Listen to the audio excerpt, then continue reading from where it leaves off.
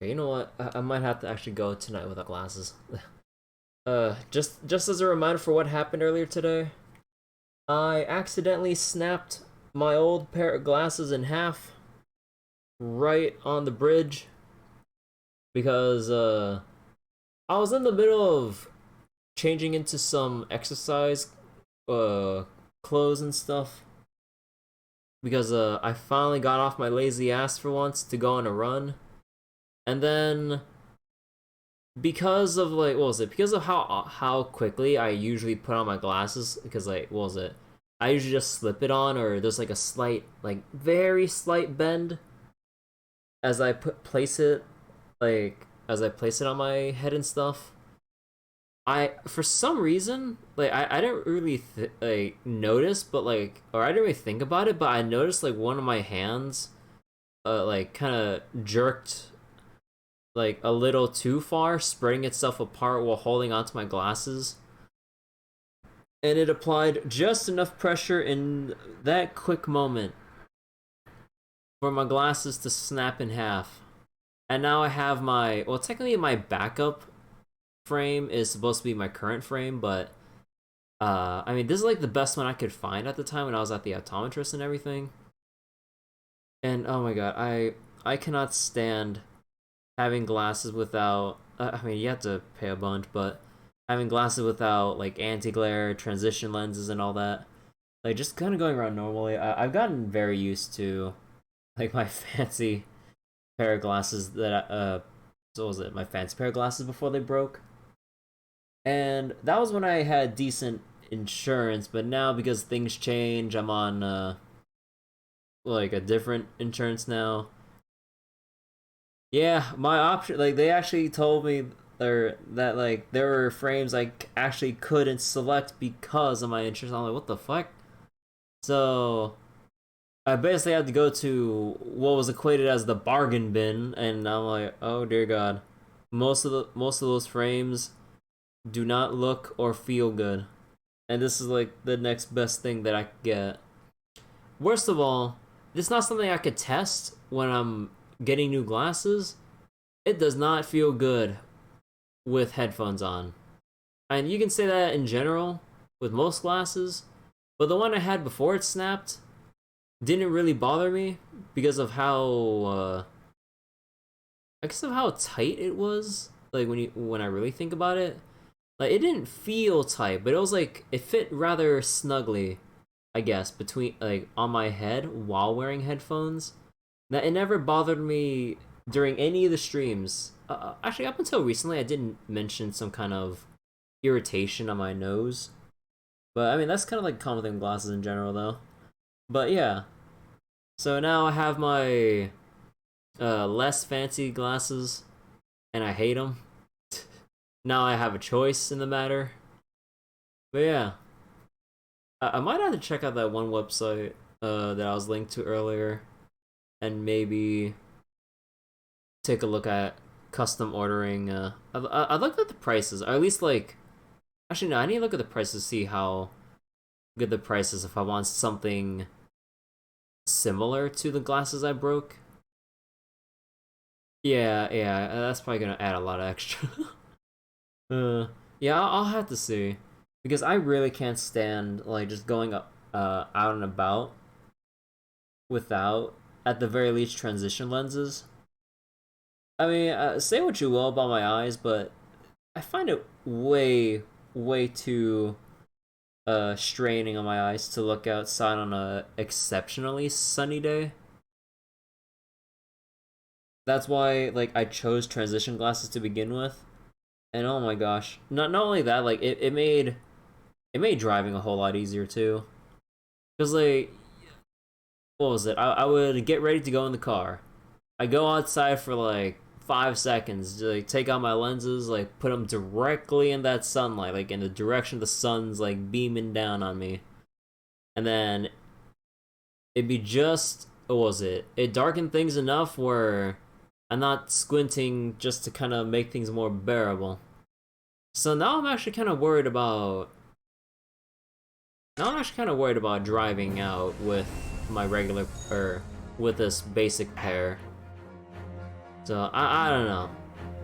Like in just that one moment, that one freak accident of me snapping my glasses,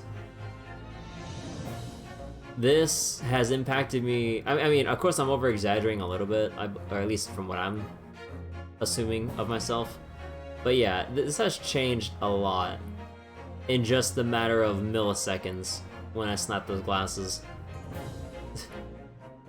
Even just kind of going up, like walking around with my basic pair, I'm like, because like, you really don't notice it if you live with it for a while, but basically like once you start getting accustomed to having fancy glasses, like, you know, with like anti-glare and all whatever else you could slap on, because like I was able to that one time I got this pair of glasses, it's really hard to go back to basic frame. It really makes a difference, and oh my gosh, it just bothers me so freaking much, dude. Oh well, I mean, at least this will be a good opportunity for me to just get accustomed to just not wearing glasses in the house. It's not like I'm blind, but I'm very nearsighted. I guess I'd leave it like that.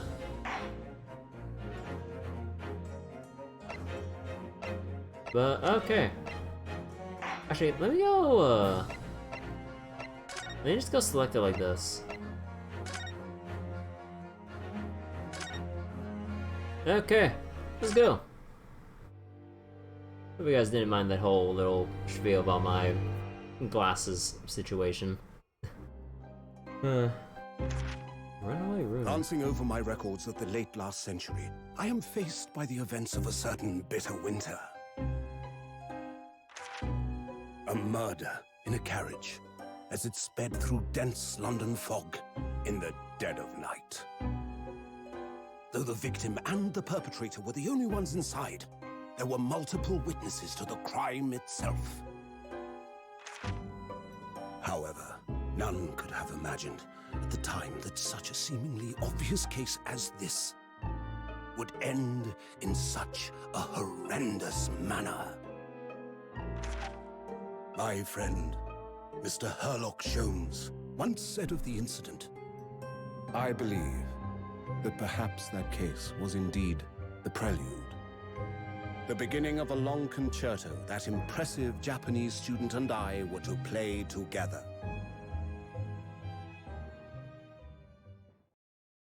Ooh. Ooh. Welcome to London. Amazing. Is this really just a railway station? Railway station or not, I've never seen such an enormous building before. And look at all the steam locomotives. This country is incredible.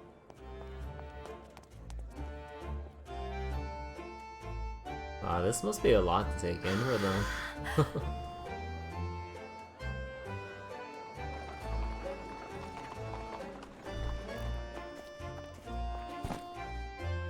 I feel like I'm dreaming. So this is the capital of Great Britain. So, where to? Oh, hello. Climb aboard. I'll take you wherever you want to go. In that case, the Supreme Court in Whitehall, if you wouldn't mind. My pleasure. I suppose you're visiting students from abroad, eh? Yes. Thought so. Well then, I hope you enjoy your stay. And welcome to the centre of the world, Great Britain's mighty capital, London. That was kind of nice. Whoa, what the fuck is this? Wait, what is this? What's the gears?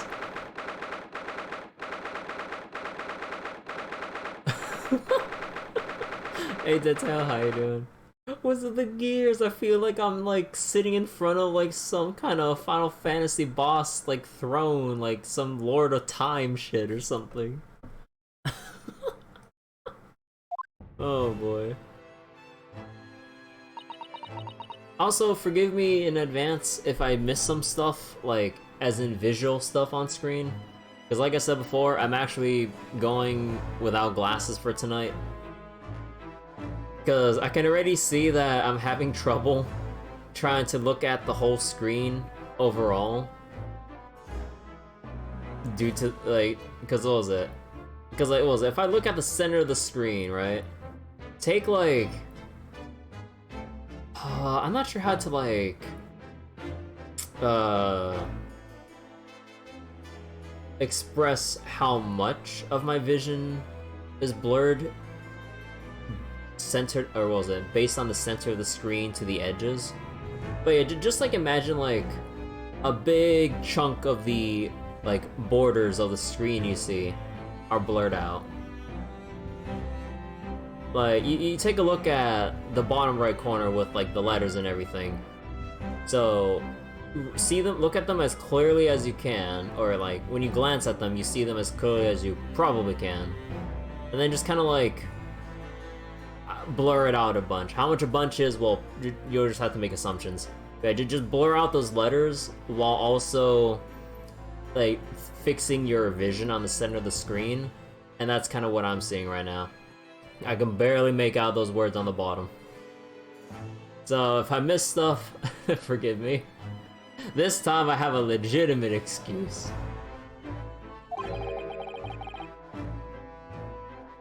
What an incredible place. It's so imposing. It's almost suffocating. This place is breathtaking. It looks like a fortress. There are some stone buildings like this in Japan now, of course. But they've only been built in a few short decades since we've opened our borders to the outside world. An authentic example like this has quite a different impact, wouldn't you agree? Sorry. It's a far cry from the wood and paper most of our buildings are constructed from. It's certainly unfamiliar.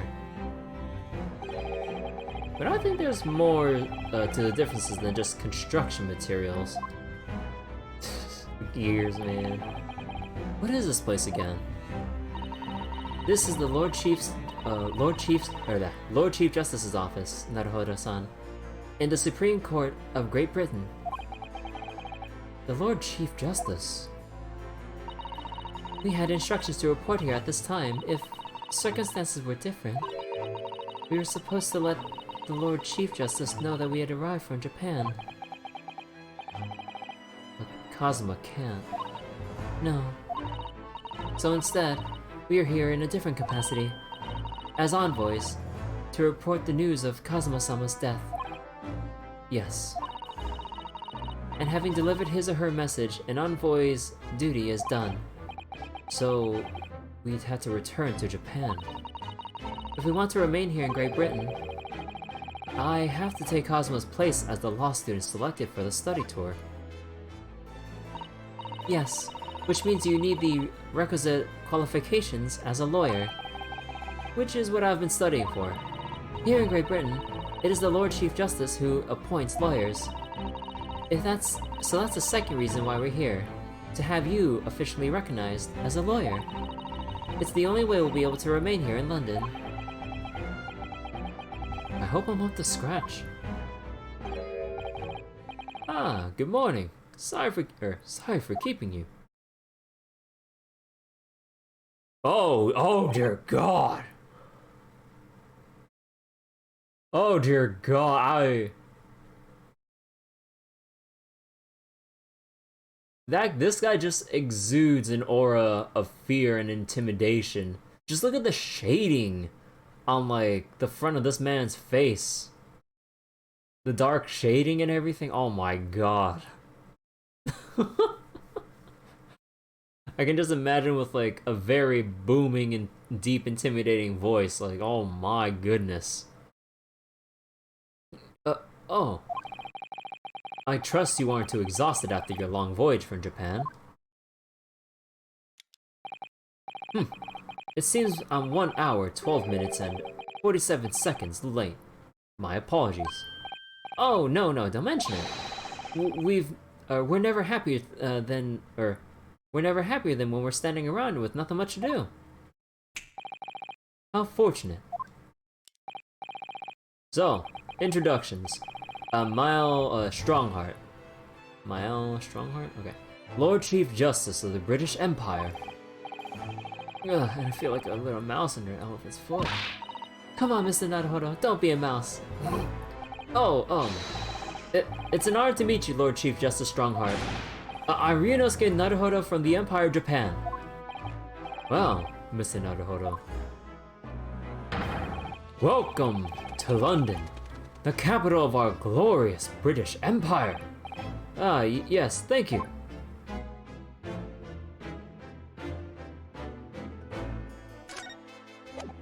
Wait. Presents.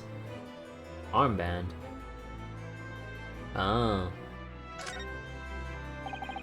Now, Strongheart, may I show you this? To accept this item, issue a receipt, examine it thoroughly, and make a formal statement of my findings will require something in the region of 24 seconds of my time. Sorry? Does the item warrant 24 seconds of my time, Mr. Naruhodo? Let's leave it for now. Damn it! The armband. Okay, he's a very strict and punctual man. So, what are your impressions of our capital so far? How do you like London? Oh, hell? I'm so nervous ever since I got here that I can't remember a single thing about the city. It's simply splendid, isn't it, Naruhodo-san? Mr. Naruhodo. Oh.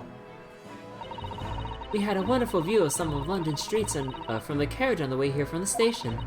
Everything is so impressive and grand. I must say, I'm almost lost for words. I'm glad to hear you like it. The city boasts tramways, piped water and gas, and even cables supplying electricity. We spearhead every revolutionary new technology in the world. Every visitor to London is astounded. Oh yes, astounded is the word. Thanks for saving me there, Susato-san. And everyone seems so jolly and full of vigor. Yes. There's much excitement about the upcoming Great Exhibition we'll be hosting here in London. Great Exhibition? Cultural and technological achievements from around the globe are to be exhibited here in our great city. It will be the greatest spectacle of its kind in history, and will make Paris's World Fair look like a toy shop. Gosh, I can hardly imagine how magnificent it's going to be. Great Britain's capital city is nothing but magnificent. London is the center of the modern world. If you do say so yourself. The sun will never set on our great empire. Perhaps it is fate that in these progressive times we welcome visitors from the land of the rising sun. Lord Chief Justice, I think you're expecting a student of law for the study tour, weren't you? Absolutely. A Mr. Kasuma Asagi, if my memory serves. That's right. The British government has already been telegraphed a full report on the situation. I understand a young man lost his life aboard the steamship bound for our shores. That's amazing. The news reached him before he even arrived. My country naturally extends its deepest condolences to yours. Oh, thank you. And you honor this appointment specifically to inform me of the news. Yes. We are here in the capacity of envoys from Japan to report the sad news in person. They tell me you Japanese are a people of protocol and courtesy, and I see that it is true. And it is with some regret that I must inform you that the death of the young lawyer means the study tour arrangement can no longer proceed. If you would hear us out, Lord Strongheart. What do you have to say, madam? It's about the study tour. Mr. Naruhodo here would like to make a proposal. Would he now? Well, Mr. Naruhodo, this This is it then. Hey Yara, thank you for the raid! How you doing? What are you playing earlier? How's everyone from Yara's doing? Finally back to Great Ace Attorney tonight. We're just starting case 3, and doesn't need to be said, but I'll say it anyways. Remember, no spoilers and no backseating or speculating, or well, too much speculating. Yeah, I really can't wait, because like for the past couple nights we've kind of been on a gotcha night, a gotcha spree, so I can catch up on the FGO event and everything. And yeah, here we are again. When we get back to Trails to Azure, well, that is way down in the priority list, just so I can burn through this. You know nothing about this? Wait, fight? Wait a second, this fight? Okay, let's continue. This is it then. The moment of truth.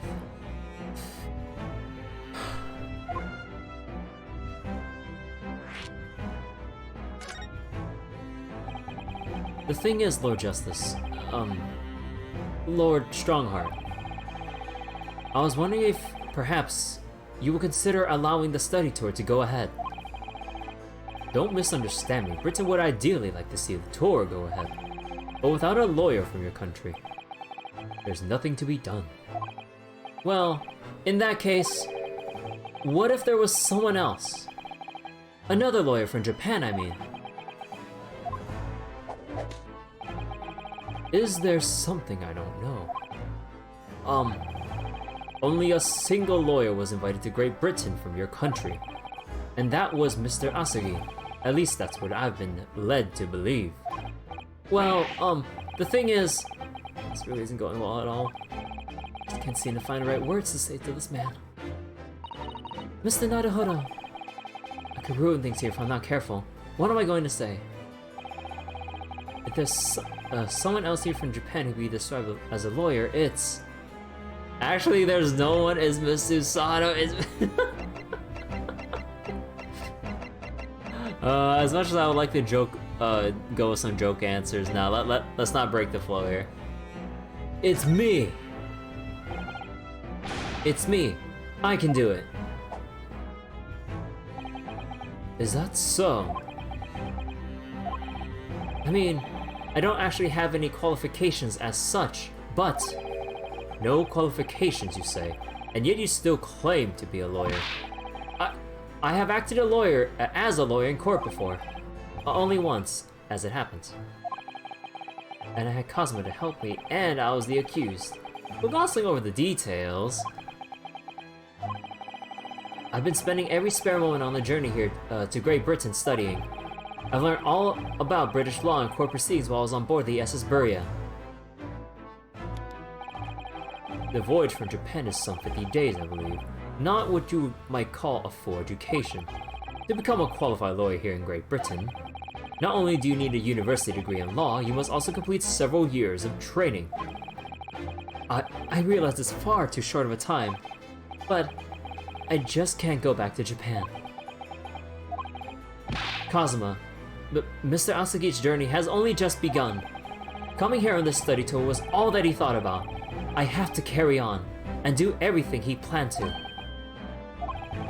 I know I must sound like I have an overly inflated opinion of myself, but I would do anything to prove that I have what it takes. Any test you care to set me. Just one chance. That's all I'm asking for. Please!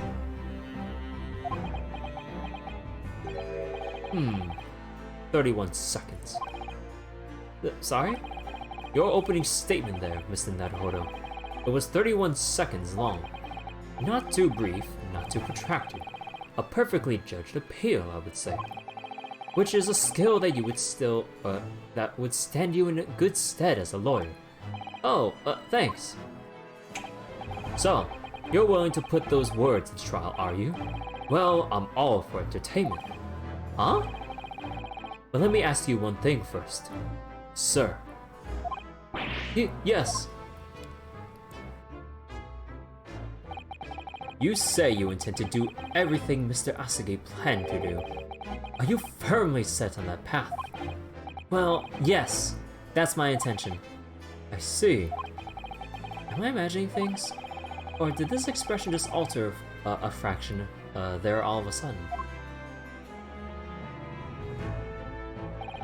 Very well. You have your wish. I'll give you a chance. A test to become a specially certified lawyer. Whether you pass or fail is entirely down to you. Really? So, what form will the test take exactly? Tell me, Mr. Naruhodo, what do you consider the role of a lawyer to be? Well, defending people, of course. Well said. So, let's have you defend someone. Huh? Your timing is perfect, in fact. There's an apt trial about to begin later today. No advocate has been appointed for the defense as yet. As yet. So this will be welcome news. Today? Straight away. If you manage to secure a verdict of not guilty, you'll have passed my test. What could be simpler? Okay, how do I get myself into these situations? Well, could I ask, what sort of trial is it, Lord Strongheart? Yes, good question. Is it another murder case? The Ace Attorney games have a thing for going back to back on these murder cases. With some special exceptions.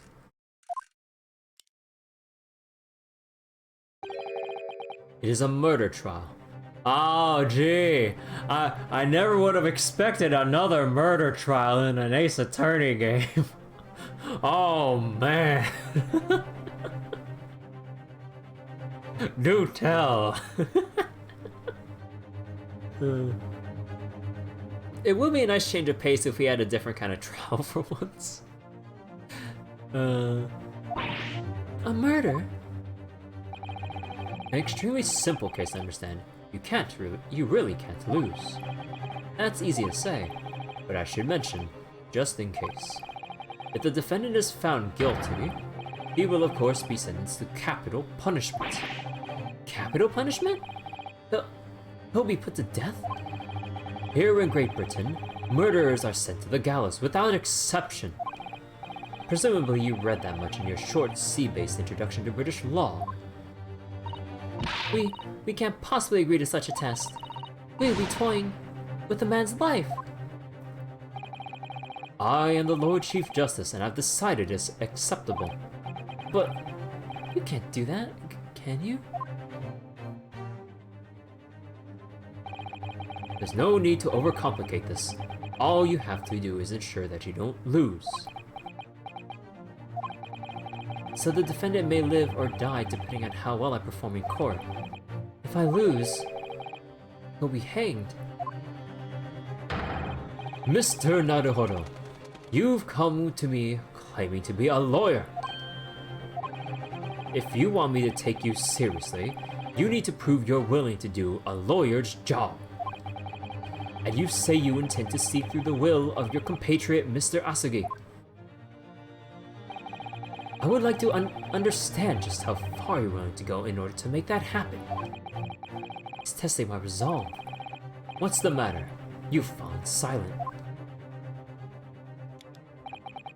I'm sorry, but time is pressing. The trial begins shortly. I need an answer from you now. What's it to be? What do I say? Do I agree to this absurd test? Dude, if we get a bad end, that'd be pretty funny. Nah. I'll do it. Alright then. If I had to give you a decision now, my answer is... Oh, don't tell me it's an illusion of choice kind of deal here, man. I can't do it. I can't get the words out. 15 seconds. Your decision making needs work if you want to be a lawyer. That was too slow. Oh. So, it's as I suspected, is it? Sorry? You have noble intentions, but lack the resolve to see them through. The test is cancelled. Thank you for stopping by. Go and acquire your ticket for passage back to the east tomorrow. This conversation is over. Damn, no No room for hesitation. God damn. Yes, Lord Strongheart. Thank you for offering me a chance. Mr. Naruhodo. I'm sorry, Mr. Sato. But what could I do? It's alright. I understand. You do? It's not an easy decision to choose whether to defend a man in these circumstances. But resolve has absolutely nothing to do with it. What are you trying to say, madam? I think what Mr. Sato means is that no matter how badly I like to be recognized as a lawyer and stay here in Great Britain, to risk another man's life by treating his one and only chance at trial so trivially will be utterly unforgivable. And I feel exactly the same way. I'm sure the defendant won't see this trial as a test, as some kind of experiment.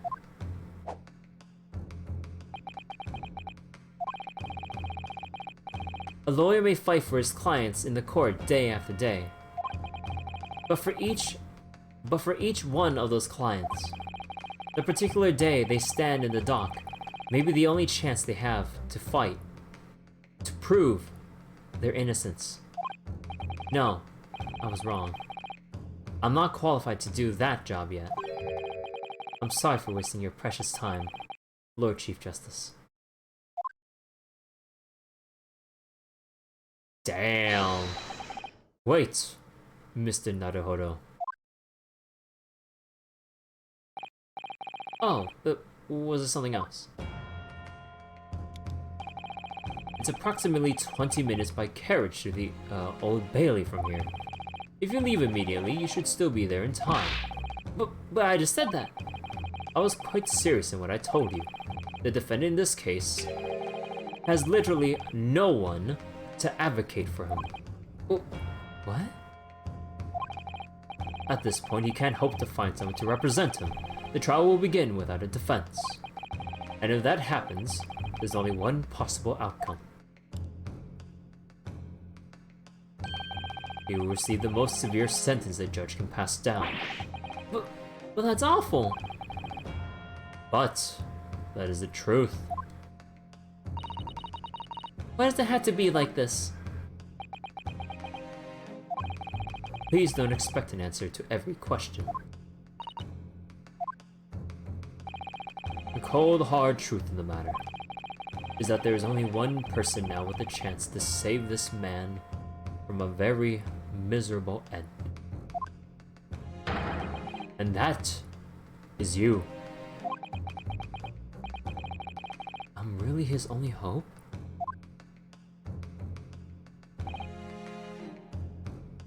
So, what do you say now, madam? Me? What do you mean, Lord Strongheart?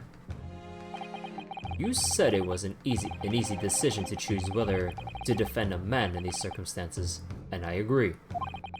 But in my estimation, it is purely and simply a matter of resolve. Oh! Our time is up here. I have a meeting to attend. I must leave in 2 minutes and 16 seconds. So, venture into our great city and enjoy yourselves.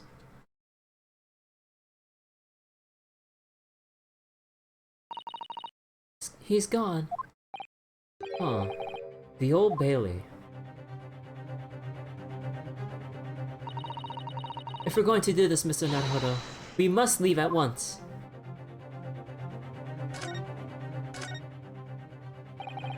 Mr. Sato, can I just ask you something? Careful. From this position, I can perform Sato takedown in an instant. I know. Mr. Naruhodo, you heard Lord Strongheart. The trial starts in, wait. Imminently? If I need to throw you, I will. You know, you could just say, I think we should hurry to the courtroom. If you need to ask me anything, you had better wait until we're at the Old Bailey. Can I examine?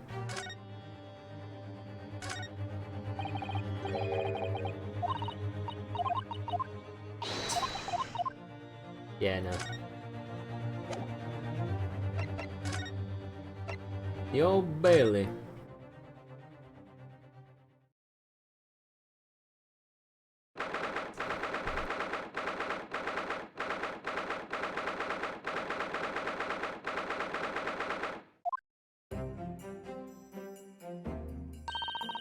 Oh, thank goodness.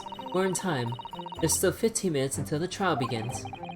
I never knew a horse-drawn carriage could go so fast. I thought my teeth were gonna rattle loose. Did you hear what I said to the driver when we climbed aboard? Get us to our destination in 5 minutes, driver. And there's a guinea in it for you. It's one of my favorite lines from the Herlock Shells stories, and it worked quite perfectly. I'm not sure why you're so pleased. I thought we were going to die, and we had to pay gold for the privilege. Well, at least we arrived here before the trial started. Yes, I suppose there's that. Anyway, I don't understand it. The court clerk said the defendant should be here, but there's no sign of him at all.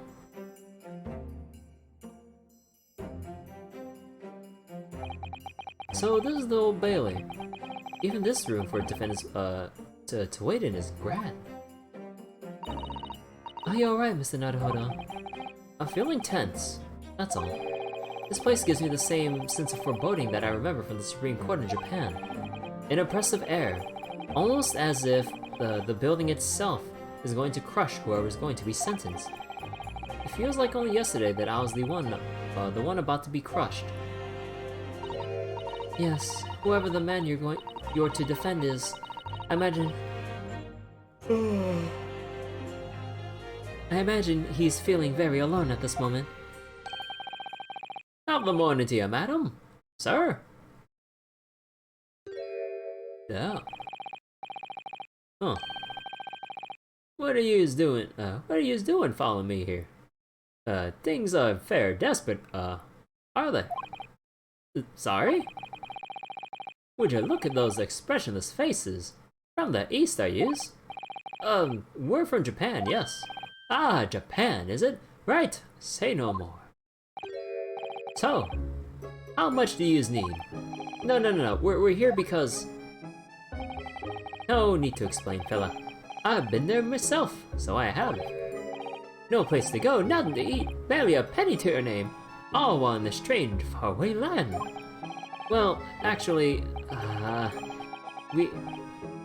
we haven't found a place to stay yet, no. 'Tis grand, 'tis grand. Let me start by giving yous 1,000 guineas. Say nothing now. I mean, we could take that as payment, but I mean... 1,000 guineas? Guineas? Please, Mr. Sato, you don't have to shout. But 1,000 is enough to build an entire mansion in the most prestigious area of Tokyo. What? 'Tis nothing to me at all. I'd like to ensure I have sufficient funds to weather a rainy day, you see. I have enough wealth to buy the city of London 2 or 3 times over. Could that much rain even fall in one day?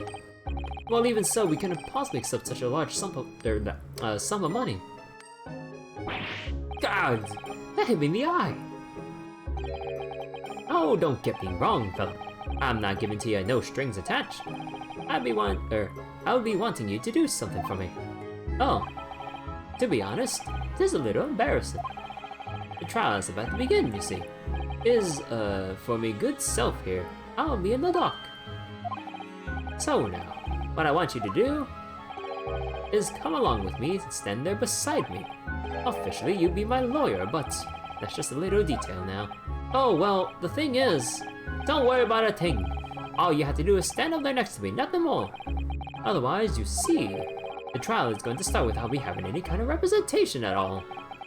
So it was true. The Lord Chief Justice wasn't just making it all up. I'm terribly sorry to have asked, but does that mean you're the defendant in this trial? Bluster and blazes, do yous not know who I am? Me, well, one of London's biggest names. No, sorry, but we've only just arrived in the city, you see. I see. I suppose it isn't altogether impossible. Well, just next to Hyde Park there in the center of London is another beautiful park. Sorry? Park. What? This is called, McGilded Park, full of blossoming flowers in the spring and singing birds and whatnot. I donated it to the city, so I did. Ah, an entire park in central London. A city of smiles. That's my vision for London. There's nothing, Magus McGilded, oh my god, wouldn't do for the city, and it's, Quar? Old people. That's amazing. I mean, really extraordinary. Ah, but now they've the gall to say I'm a good-for-nothing criminal. Me, Magnus McGilded. What is the matter with the London police, I ask her? Alright, don't pass out. Mr. Naruhodo. Perhaps now would be a good time to introduce ourselves while the gentleman catches his breath. Good idea.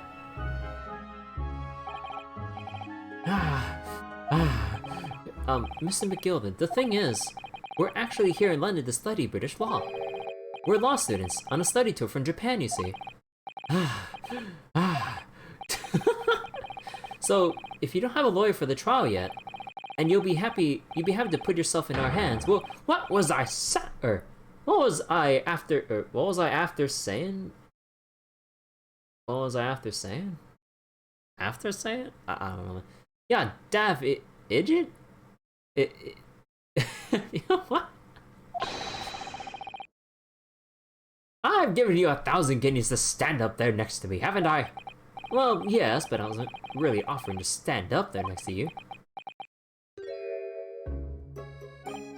Oh, I think I see what's going on here. Sorry? I know what you're thinking. This chancer of a fella claims to have more money than the Queen. But if that's true, why the blazes can he hire the finest lawyer in all of England? Because he did it. That's the only explanation. Well? Well... Oh shit, no! Dude, I didn't think the prompt would come up so quickly. I was just trying to advance the text. Bruh. Oh, that's bullshit. Okay, hold on.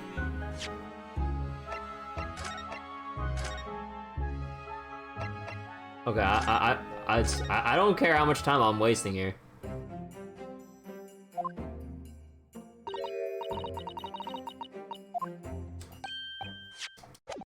Oh, whoops.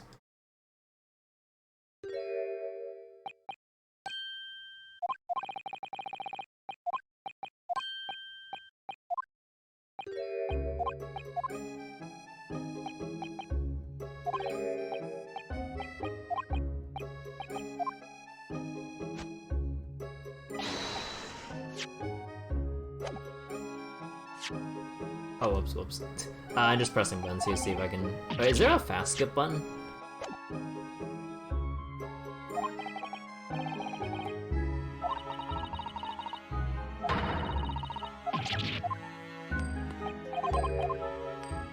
Ah, okay, here it is.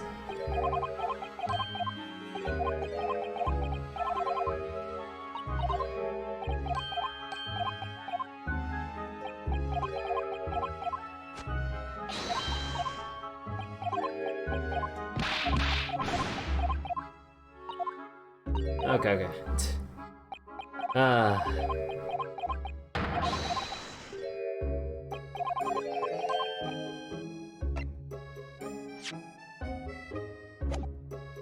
Not at all. No, not at all. Although, it is a little strange to be honest. Why don't you have a lawyer, I mean? That would be the fault of the Reaper. Sorry? Did you just say Reaper? Aye, the Grim Reaper, the Bailey. Lord Beric von, Zeeks? Baron von Zeeks. He is the prosecutor. The prosecutor is the Grim Reaper? When Von Zeeks stands for the prosecution, they call the accused his sacrificial lambs. And to this day, In every single trial in which he's been the prosecutor, the accused has been damned. What? So it's reached a desperate situation where there's no one willing to stand in defense against the fella at all. So you could say he's a living legend of the Old Bailey. Goodness, Lord Beric von Zeeks. He must be exceptionally talented, an exceptionally talented prosecutor then. Talented isn't the word you're looking for, madam. It's cursed. Cursed? What on earth? The defendant is summoned, and his counsel. Please make your way into the courtroom. The trial is about to begin. His counsel? That would be me. Oh, 'tis time. Well then, fella, don't let me down. But, I don't know anything about the case.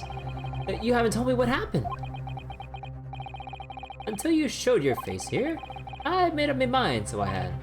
Sorry? I decided I'd have to defend myself in there. Oh, that it worked. But then you made an appearance, a student of law, wouldn't you know?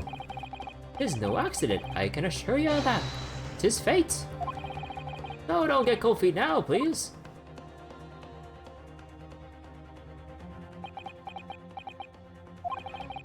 I literally know nothing about the case or about this man who stands accused. In fact, he's the only thing I do, the only thing I do know is that I can't just turn my back on him.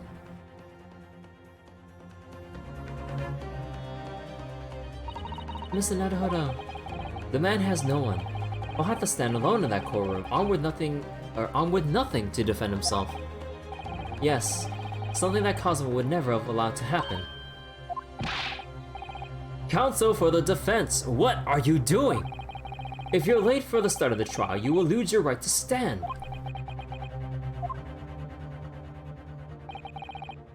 I'll be right there. It's happening then. My first trial in British court. I hope you're watching over me, Kazuma. Because I have no idea how I'm going to manage this.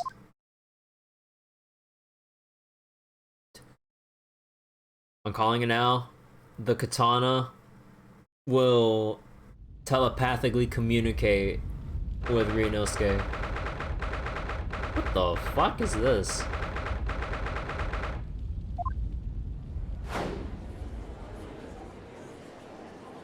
Okay, hold on, I'm putting my glasses back on for this. So this is the highest court in Great Britain. The Old Bailey. The centuries of history in this place is palpable, isn't it? It's so different to the Supreme Court in Japan. It feels both imposing and serene at the same time. The atmosphere almost makes words redundant. Whatever the country, determining a person's guilt or innocence is always a solemn affair. May I say something, Mr. Naruhodo? Oh, yes, what? Your eyes look ready to pop out of your head again. I know, but I just can't help it. Oh dear God, Dracula. I wonder if this judge would be as goofy as all the other judges. In her name, in the name of Her Majesty the Queen, I hereby declare this court to be in session. We are here today to determine the guilt or innocence of Mr. Magnus McGilden. Also, do we have anything related? Oh my God. I now call upon the counsels for the prosecution and defense to declare their willingness to proceed. The prosecution. Huh. Oh my God, he really is like a vampire, isn't he? The prosecution is fully prepared. That must be the Reaper of the Bailey. He really does look fully prepared to dispatch his next poor victim to the underworld. Counsel for the defense, you appear to be Eastern. Do you speak English? Huh? Oh, yes, of course, sorry. But he asked if the defense was ready. And I couldn't be further from ready if I tried. Those eyes please me. Wait, what? What? What? Nipponese? What? Time out, time out. What? What?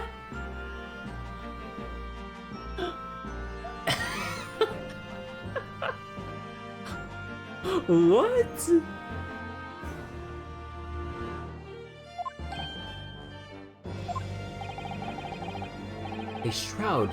They shroud your fear, your doubt, your trepidation. They run wild, clinging to some phantom notion of courage. The quintessential look of a sacrificial lamb. Cold shiver just ran down my spine and down my spine all the way to the tips of my toes. Now, Mr. McGilden. Yes, Malone. You stand accused of murder, capital offense. You could be sent to the gallows if found guilty. Are you quite sure you wish to entrust your defense to this coroner? As I've always said, my lord, there's a grand thing to give opportunities to the young. Even if the fellow is a student from some little island off in the far east. Some little island! And is it not the British way to ignore the dangers of yourself and give those less fortunate a fair chance? I'd like to think that acts of chivalry do the great British Empire proud. Listen to Mr. McGilder, what a fine gentleman London has in him. Did you hear that he donated £5,000 to the government the other day? Mother, please, may we go and play in McGilder Park? It seems as though everyone in the public gallery is firmly behind Mr. McGilded. That's definitely welcome news. He certainly has a way with words. I'm surprised he couldn't convince anyone to defend him. Eloquently put, Mr. McGilded, and most laudable sentiments. Now, ladies and gentlemen of the jury, I'm sure I need hardly remind you that you 6 members of the public have been selected for your impartiality. Are you ready to proceed?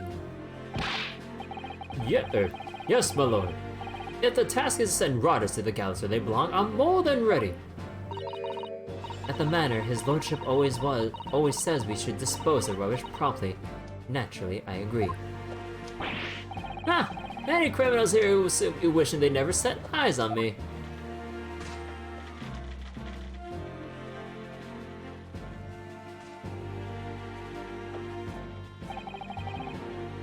Feel a chill. Oh, don't mind me, my dearies. I'll just begin now with my knitting. Must finish these mitts for my grandson. Mr. Naruhodo, those people are the jury. Yes. That's something we don't have in Japan yet. That's right. I've only ever read about it. But here in Great Britain, the court's final verdict depends on the opinions of these 6 jurors. The judge passes sentence according to the law, but the jurors determine guilt based on common sense. So the defendant is ultimately judged from 2 completely different points of view. But how exactly do the jurors give their verdict? That I don't know, but I'm sure it will become clear as the trial progresses. I don't know, but let's find out. Yes. Prosecutor Van Zeeks. My lord, it's been a number of years since we've seen you here in the courtroom. I thought you announced your fame. I'm known as the Reaper, the Bailey, my lord. Infamy rather than fame, I would say. But yes, 5 years have passed since I last spread my wings in this capacity.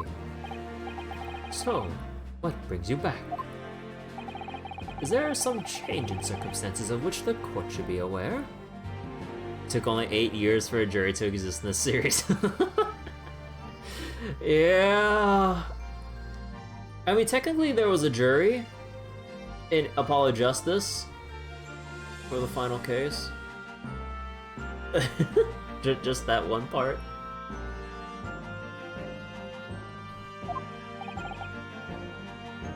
Actually, that technically would be 4 games. So, not exactly 8-ish years, right?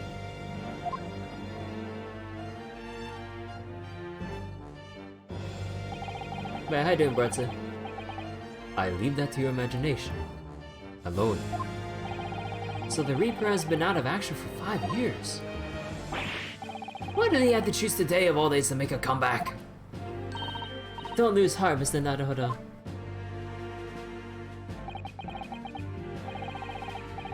As you wish, sir. The court nevertheless welcomes your return. Now then, opening statements, I think. A summary of the case, if you please. Certainly, my lord. As your lordship is aware, this case is of overwhelming simplicity. You must be the only ones here who aren't aware. The incident took place in the late evening. 3 days passed. The hour was some minutes after 10. The victim was a maker of building bricks known in the community as Thrice-Fired Mason. Sorry, Thrice? He was a very accomplished craftsman. The bricks he fired were said to be almost indestructible. Oh. The victim's corpse was discovered in an omnibus in service on the streets of London at the time. Excuse me. A dagger that had been thrust into the victim's abdomen is believed to be the ultimate cause of death. Here is the autopsy report from the investigating medical officer at the Scotland Yard. Thank you, Counsel. I shall accept that and the photograph as evidence.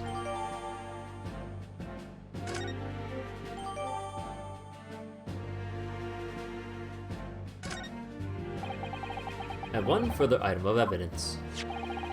The prosecution wishes to submit these as well. And these are... Good lord! Is that blood, Counsel? Yes, my lord. Seized by a policeman who arrived at the scene. These gore-soaked gloves were taken from the hands of the accused when he was arrested. What? Mr. McGilden's gloves had blood on them?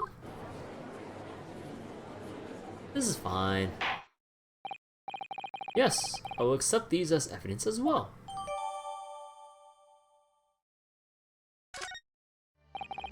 How did I get into this? So let's see, Thrice-Fired Mason, male, 54, brickmaker, 11 to 10 p.m., 15th of February, stabbed in the abdomen, stabbed once, whilst journeying in an omnibus, internal hemorrhaging as a result from the trauma.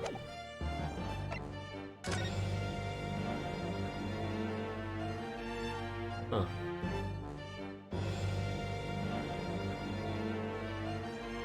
Anything in particular here?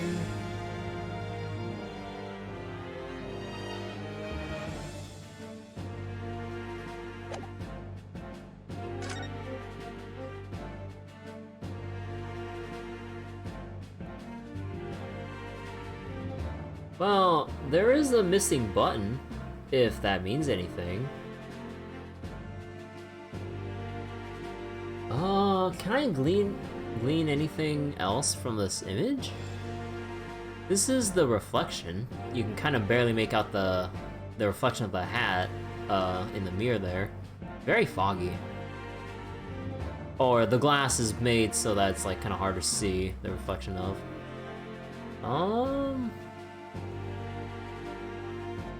Like aside from the knife and the blood splatter, I don't notice anything of large significance.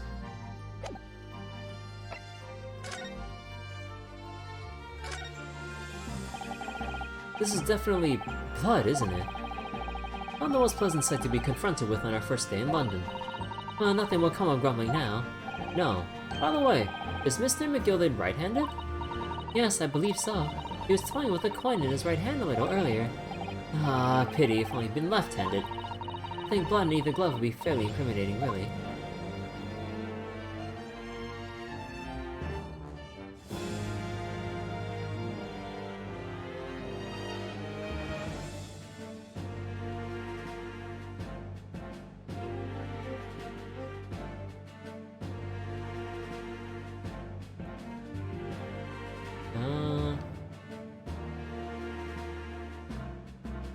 Yeah, I don't see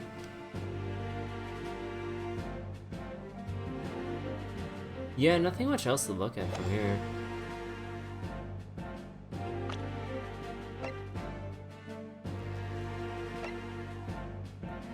Wealthy philanthropist. Wonderful reputation.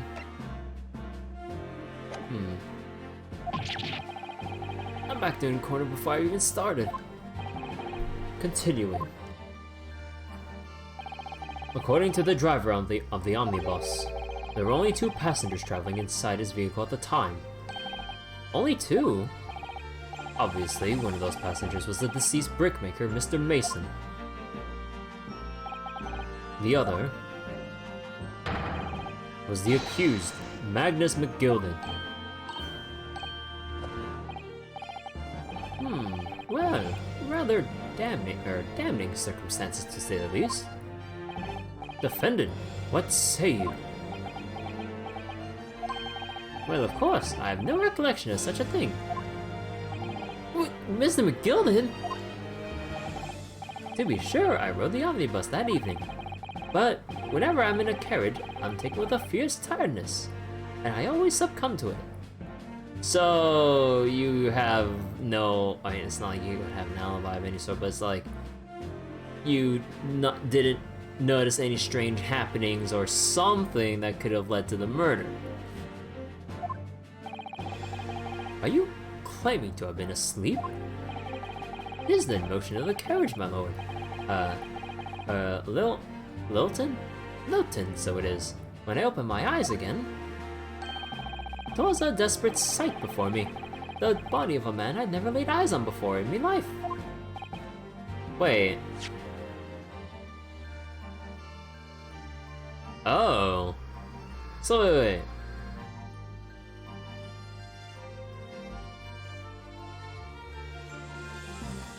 So he was alone in the omnibus, and then, at least in his perspective, when he woke up, a dead man was just in front of him, stabbed.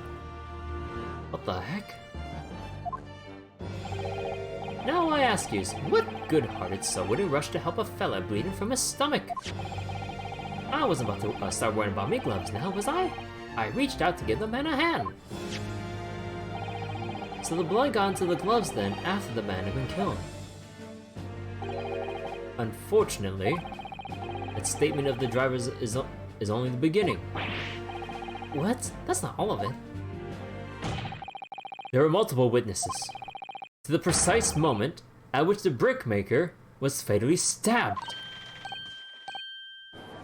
Oh, the jurors are thinking, ora, ora, ora. When the killing took place, only the victim and the accused were inside the carriage. There were witnesses to the crime. It is not a case of, just a case of compelling evidence. It's the nail in the coffin for the accused.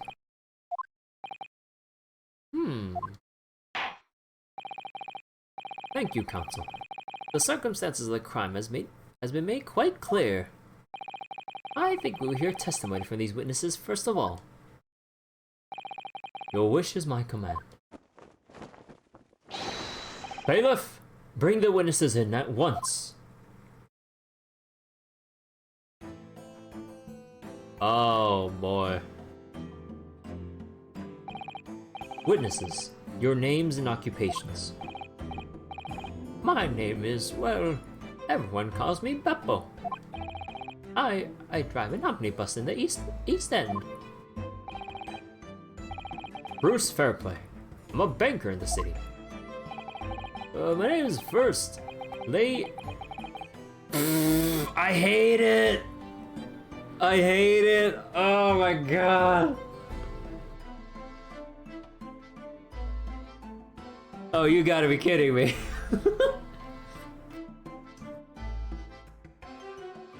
Lady first. I make hats for gents. Let's begin by confirming the facts. 3 days ago, at a short time after 10 o'clock in the evening, all of you present in the stand were in an omnibus and witnessed to the aforementioned incident. Is that correct? Yes, sir. quite right. Oh, yes, sir. That's right, sir. Very well, then. Let's proceed to your formal testimonies, please.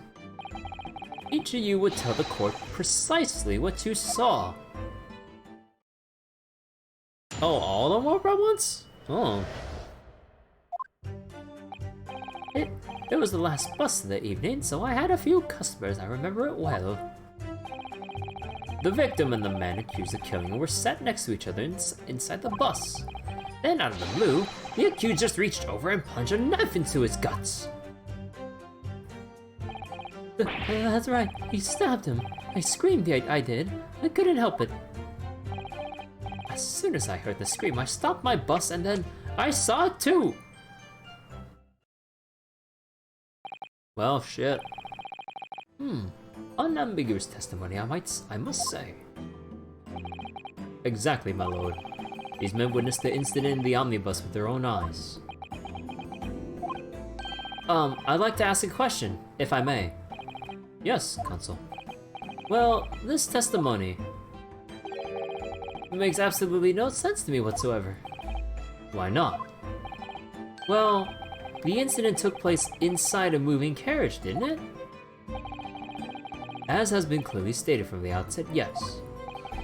Well, in that case, how could those two witnesses possibly have seen what had happened? There's no way they could have seen the inside of a moving carriage.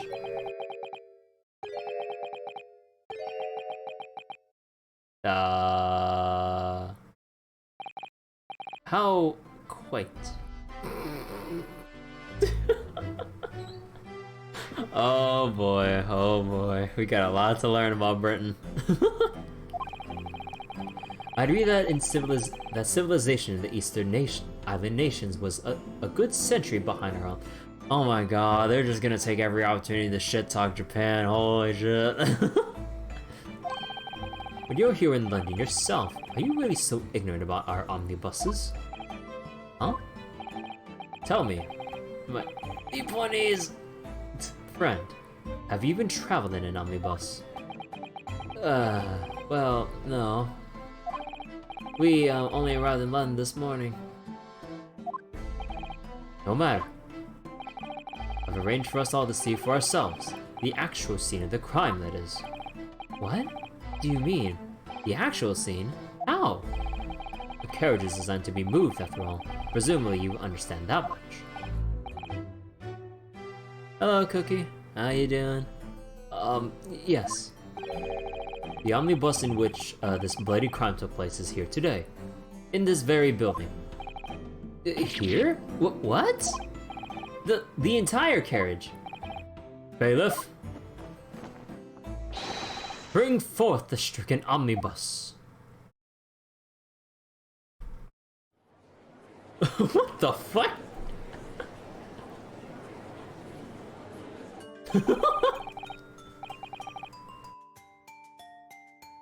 So that's an omnibus. The omnibus. I can't believe they could bring something so enormous in here. Great Britain's courtrooms are amazing. As you can see, the omnibus is pulled by 2 horses that can carry up to 8 passengers. 4 passengers seated inside the enclosed cabin, and the other 4 on the rooftop deck above. Every Londoner knows that the best views of the city's architecture and sights are to be had from the top of an omnibus. And I should point out to our foreign guests, I'm sorry, but it looks so silly from this perspective. We just brought the whole freaking thing in here. There's a skylight in the roof, allowing a view of the interior from the seats above. Oh! The penny drops at last, I see. These 2 gentlemen were occupying the rooftop seats on this omnibus when the murder took place. That is how they came to witness the grim incident. Through the skylight. Ah, that makes perfect sense now. Well, Counsel, this is a first. In all my years behind the bench, I've never experienced the crime scene itself being brought into the courtroom. There are a number of important clues remaining inside the carriage, my lord. I would like to submit the omnibus itself as evidence. That is the prosecution's wish.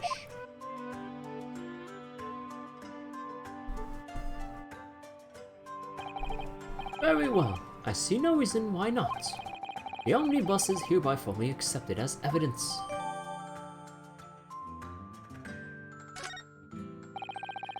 I can't believe it. The entire crime scene entered as evidence? Man, Britain is awesome. Britain is awesome.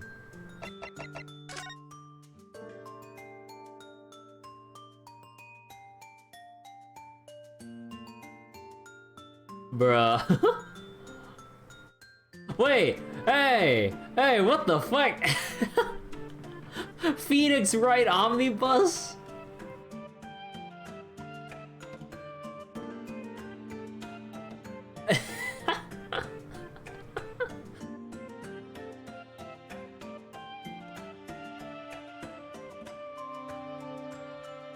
That was in the original JP release too. So this is the roof deck of the omnibus. Oh, you must have a wonderful view of London streets from up here. So people sat all the way up here on bitter winter nights with the cold air rushing past them? And they have to pay money to do so. I can't imagine how cold it must feel. That just made me think of something horrible. Can you imagine being dragged around the city in the freezing cold as punishment? Perhaps that is the real price you pay to stay out late.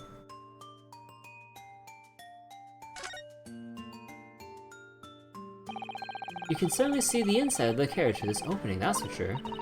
Yes, and there's a lamp in the enclosed cabin. I'm sure the witnesses would have been able to see quite clearly. That's not good for us.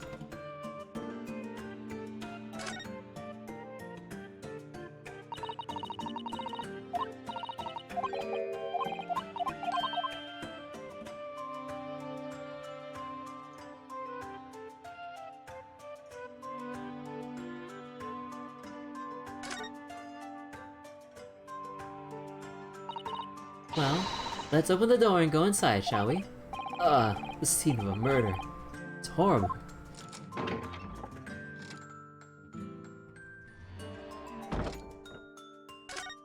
Cool. That's the poster for the Great Exhibition. That's due to start 6 months from now. There's a lot of focus being drawn to the Crystal Tower, the centerpiece of the whole exposition. Oh, the Crystal Tower. It's under construction already, I believe. People all over London must be fizzing with excitement at the prospect of such a grand event. It's quite a large skylight, isn't it? Yes, quite large enough to afford a good view into the cabin from the roof deck. And there doesn't appear to be a handle or a catch, catch of any description. I suppose it can't be opened from the inside of the cabin at least.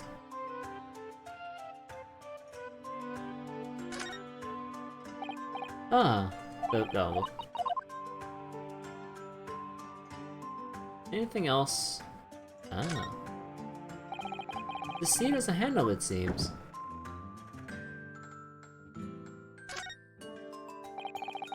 It looks like all sorts of equipment that might be needed to keep the omnibus running.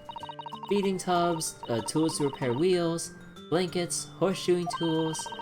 So it's a storage compartment for the coachman to keep his things, it seems. There doesn't seem to be any space for passengers to store the luggage, that's for sure. Well, I don't imagine it would be very convenient for that purpose anyway.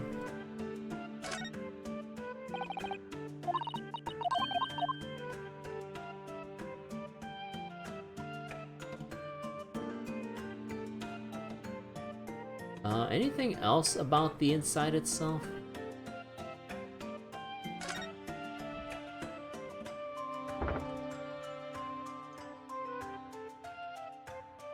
The lamp.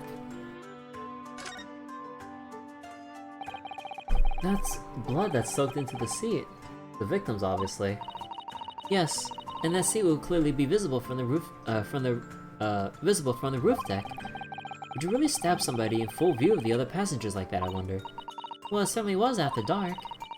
And there was a lamp on. There's a lamp on in here, so perhaps the culprit couldn't see anything outside through the skylight. Whichever way you look at it, it doesn't seem like it was a planned attack.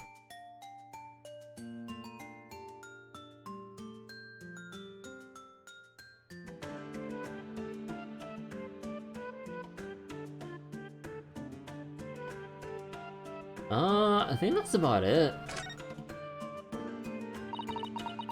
I've seen enough. Let's step back outside then.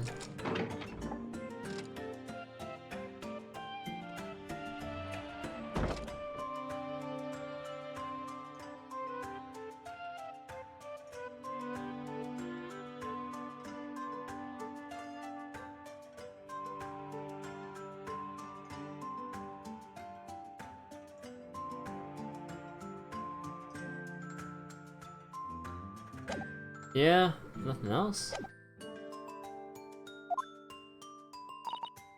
Yes, Great Britain is simply extraordinary. Oh my god.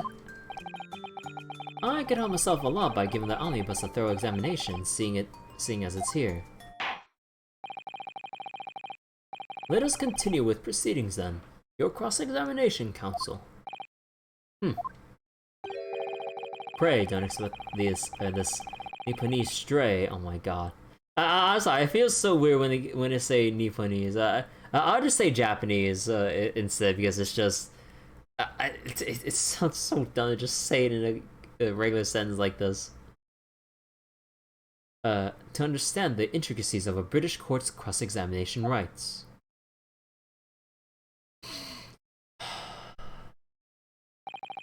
Alright, my first cross-examination in a British court. Focus, Ryunosuke. Focus.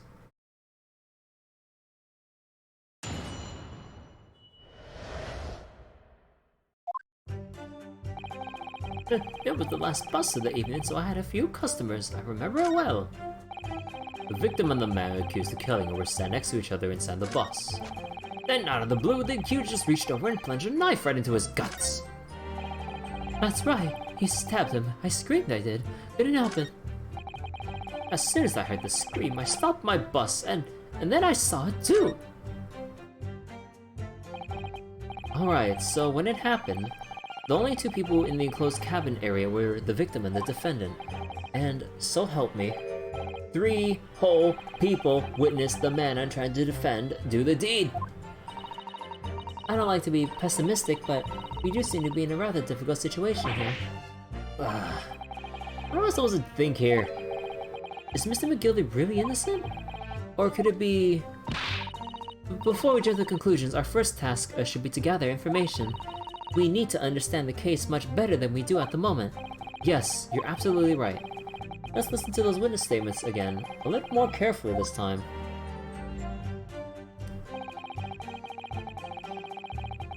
Hold it! Hold it!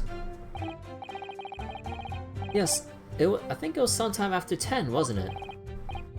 Oh, yes, sir. That's right, sir. Yes, ever so cold. Freezing, in fact. And you have 4 passengers, on board at the time, is that correct? Yes, that's right, sir. Not all traveling, in the same parts of the bus, but of course, though, no.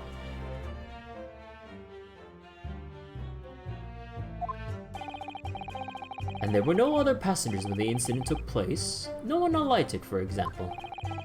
No, quite right, sir. No other passengers like that. No, none. So nobody fled the scene of the crime then. I have to say, the boss insists on a running, he does, every evening, the last bus of the day. Alright, no reaction so far. But I do wonder sometimes if it's altogether worthwhile. Yes, sorry to say. What do you mean by that? Well, what with it being so cold and everything, only making 20 pence on the run, you see. Yes, I spend that much at the pub on the way home, just trying to warm up again. Aww. Hold it! And you saw them through the skylight in the roof of the carriage. That's right. When you sit up on the top deck, the window's right there at your feet.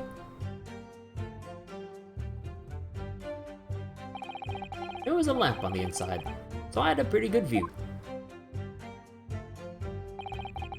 2 of them were wearing hats, and I couldn't exactly make out their faces.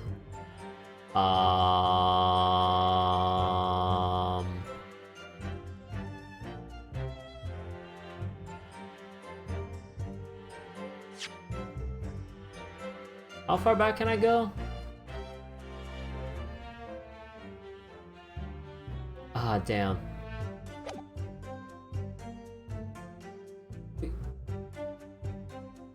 Hold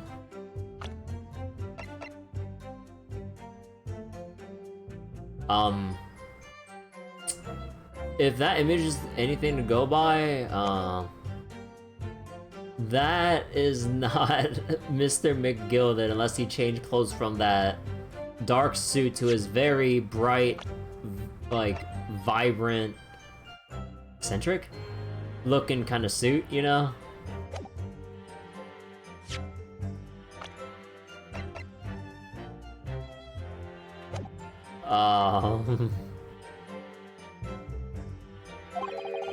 But there's not a shred of doubt in my mind that it was Mr. McGilden. How can you be so sure? Well, how can I put it politely? Mr. Gilden is a gentleman of rather small stature. I couldn't have mistaken him for anyone else. Let's not forget that when the vehicle came to a halt, the only people inside the enclosed cabin were the deceased Mr. Mason and Mr. McGilden. Could there have been anyone that hid inside the... Oh... Although, was there enough room? Because it was filled to the brim with things to maintain the omnibus. There's no room for doubt here. I really wish there was. And out of the blue, the accused just reached over and plunged a knife right into his guts. You actually saw the exact moment it happened. And I already testified to that.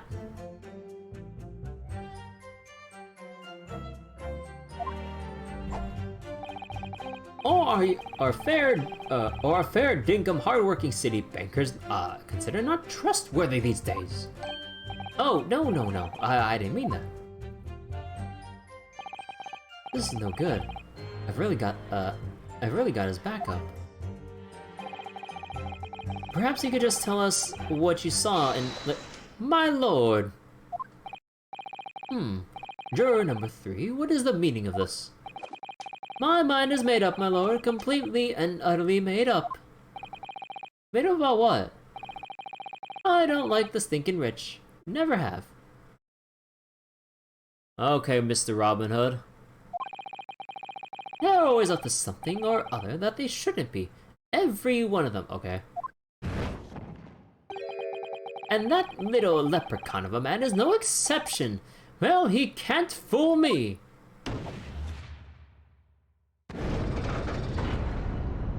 The fuck? What the fuck is this? There's no point wasting time listening to any more of this. That's my opinion on the matter anyway. That is precisely what I was about to say. Hey, Natty. As a foreman of the jury, it is my duty to set a good example to my fellow jurors.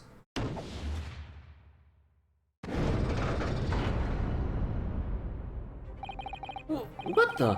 What is happening here? Let me see. Ah yes, it seems that's how the members of the jury give their verdicts.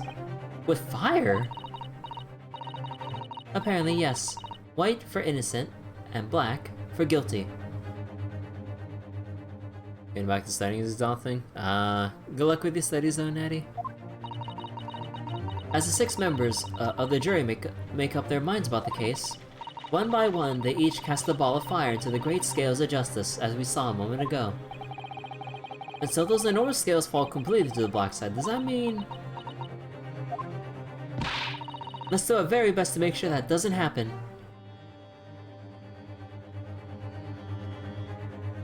Hold on. Man, I shouldn't be able to know about that. Sorry.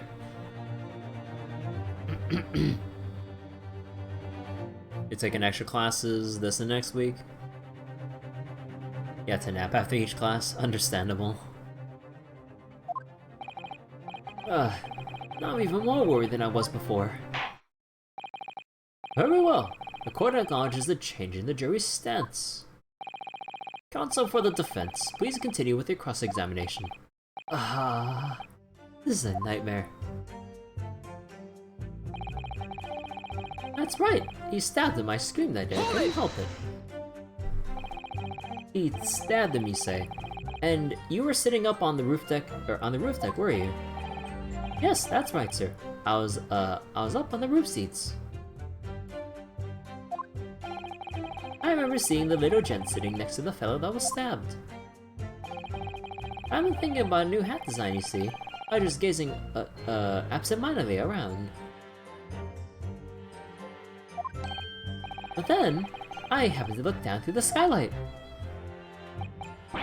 It was sticking right out from his belly. That huge, great knife.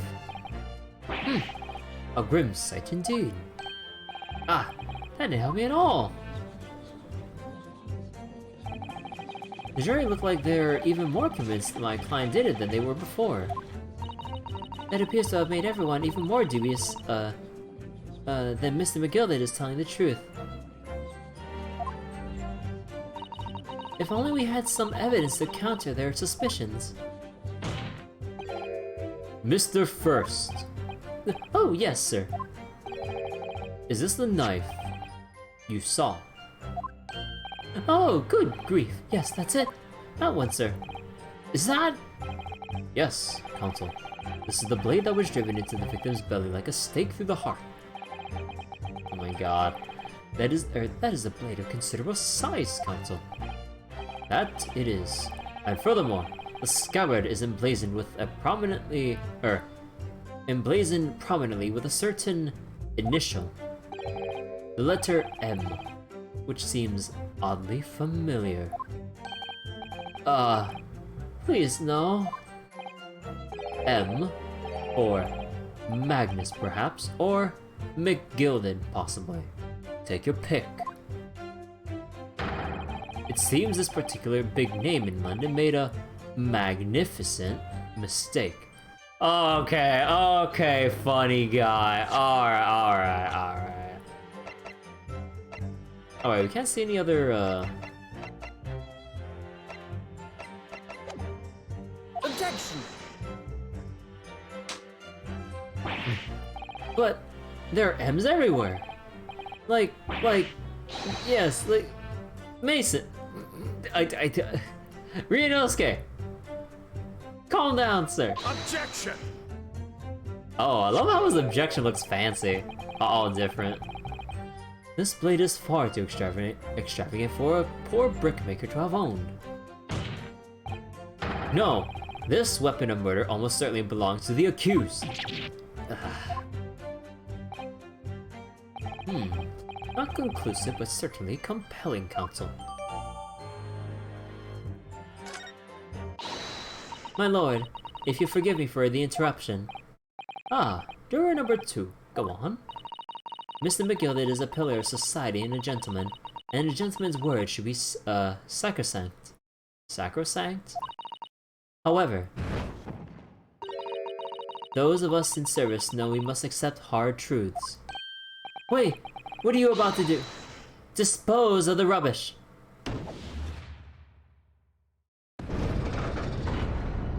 It seems the more we press, the more we're digging our own grave. No, I don't wish to cause offense, but I do like to eradicate all traces of filth and grime. Hold it! Oh, you. I have painstakingly typed every word uttered here today and cross-referenced all the facts. As such, I am now in a position to draw the only logical conclusion.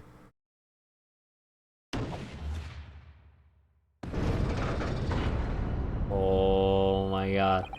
Not again. That's 4 out of 6 jury members who propose a guilty verdict.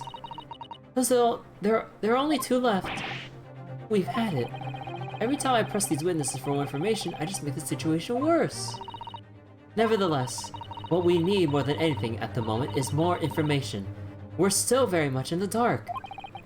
I suppose I'll just have to keep pressing the witnesses, knowing that more sparks may well fly.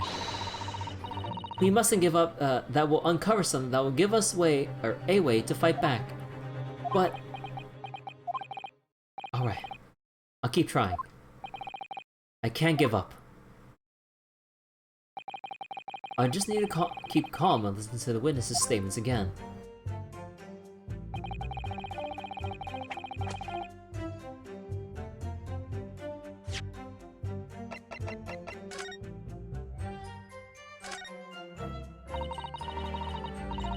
That is part of the sheath, isn't it? Are you alright, Mr. Naruhodo? Oh, sorry, yes. I just don't really like blades. Oh. Doesn't seem like the words of a man with a large katana slung from his waist. Oh, that's not a blade, that's Kazuma's soul. Okay, okay. Anyway, there's no sense in delaying it. Let's see what the blade looks like.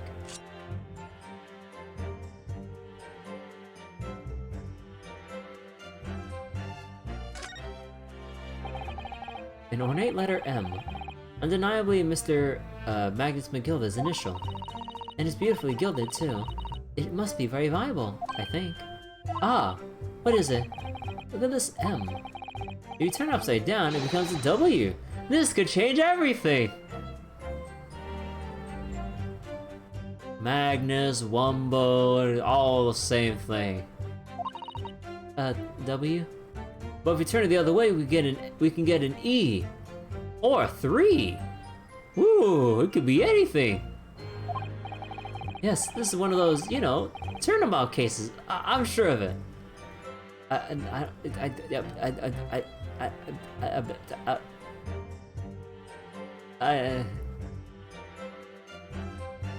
give up. I'm afraid I don't know at all. But what I'm sure of is that this is an M. Oh, well, that idea was quickly quashed. It was a W all along! Or an E. Or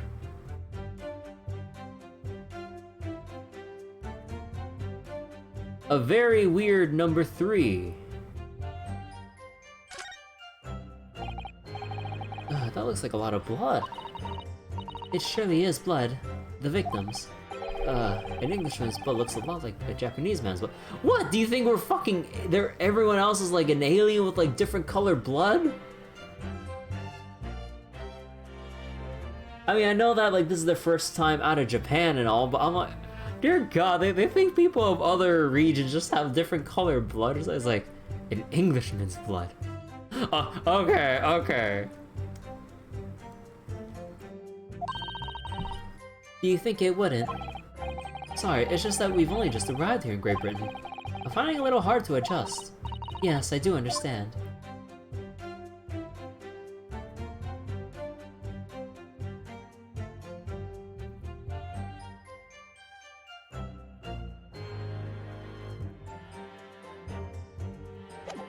Well, I think that's all we can glean from it. Hold it! What exactly did you see?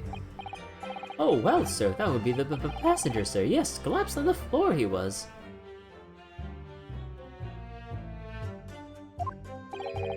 And by the passenger, obviously referring to the victim, Mr. Mason, the brickmaker. Wait, passed on the floor, but then why was he...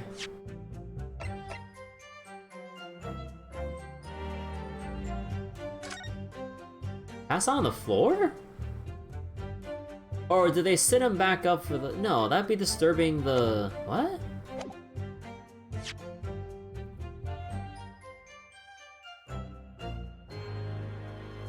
Collapse? That doesn't make sense.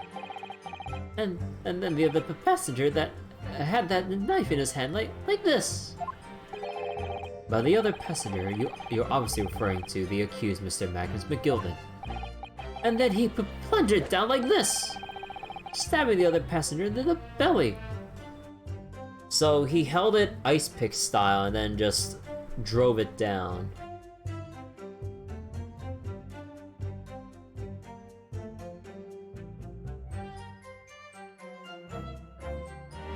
But again, other way, did Magnus say he was sitting across from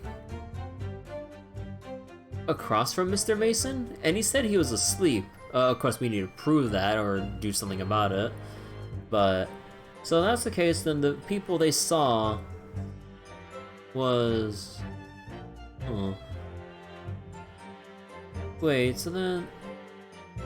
Or am I thinking about this from a different angle, or...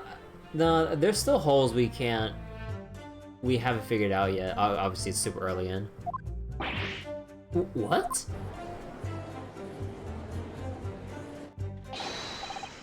My lord, I wish to speak.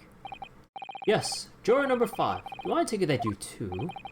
As the master of the London Guild of Coachmen, the idea of a murder being committed in one of the city's carriages is utterly abhorrent to me. It wouldn't be right to make a decision before hearing all the facts, though, I said to myself. But I've heard enough now. The horse has bolted, as they say. No, please, just keep an open mind a little long. Gee up now, Silverblaze. The finish is in sight. Bruh. Come on. Beppo is a long-standing member of the guild, and I trust what the man says. Oh, thank you, sir. You're too kind, sir.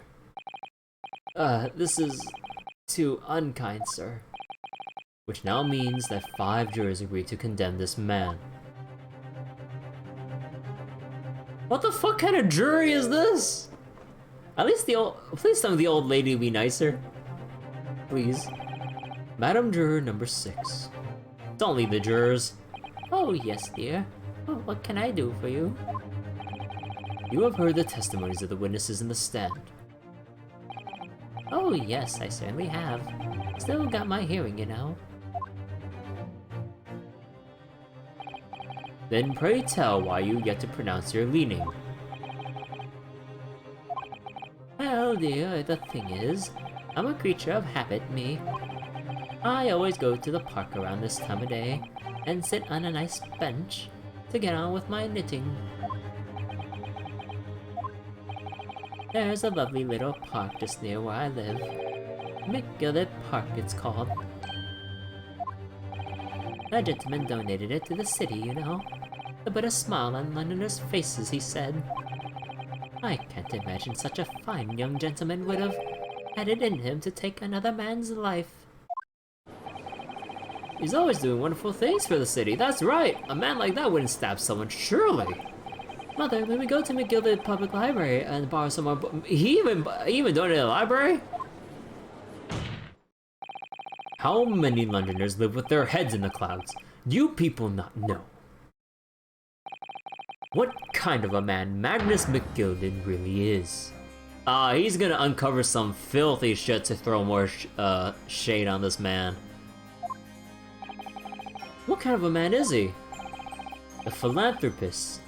Magnus McGilden has enough wealth to purchase the entire city he claims to value so highly. But where did all that wealth come from? Your client is a Shylock, sir. And one with the very darkest of souls. What? Stone the crows. McGilden lends money at extortionate rates of interest so his victims have no hope of repaying him. When they default, he takes possession of everything they own. He's a vulture that preys on the weak. I've never heard any mention of that before. Your faculties haven't deserted you, I'm sure, madam. So has this thought not crossed your mind? Would a man wealthy enough to buy London in its entirety not have a carriage of his own? What possible reason could this man have had to make use of a public omnibus service? You're not saying that the victim, a poor brickmaker, had next to nothing to his name save considerable financial liability. It will come as no surprise that his creditor was the accused Magnus McGilden. But let it also be known that the very day Mr. Mason was killed was the final repayment date for his debts. Good gracious!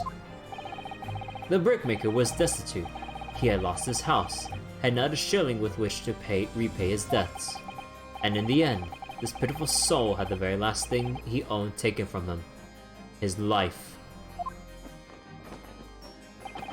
By the merciless philanthropist pretender, Magnus McGilden. But I don't believe it. If I might add something briefly, Mr. Sato? You claim that the victim had been lent money by Mr. McGilden, but where is the evidence to support your claim?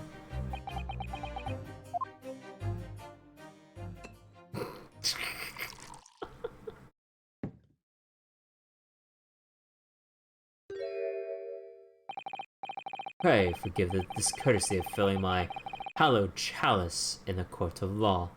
Okay. Dude, it even has like a Grim Reaper on the sides on the cover. Oh my god, dude. They really. Oh my god, the Grim Reaper theme. They're just pushing for it so hard, dude. I love how I love how forceful they're being with like, oh yeah, Grim Reaper this, Grim Reaper that, pale skin, dark hair, the intimidating cloak, my hallowed chalice, red wine, and the Reaper, which is a man. Nothing but a miserable pile of secrets. Oh, what's that? He's gonna toss it right at Ryunosuke's face. Aha! There it is. Lord, Van Zeek's hallowed chalice. Let this be considered acceptable. But I find myself in an unexpectedly good humor. I had heard ladies from the Far East could show great courage, but I didn't expect to experience it myself. As judicial assistant to the defense, I am simply doing my job. What a pity that your display of courage is in vain. This is a debtor's ledger, which details all monies loaned by the accused. You will find the victim's name clearly recorded inside. Allow me to present this ledger as evidence. And pray forgive the discourtesy of raising my chalice in a toast to the enigmatic East at the same time. A marvelous toast, Counsel. I will gladly accept this new evidence.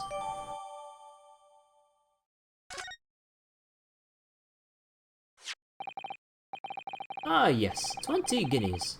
The victim owed a considerable sum. How much is a guinea? How much was it back then, and then adjusted for inflation nowadays in USD? I have no idea what the heck a guinea is.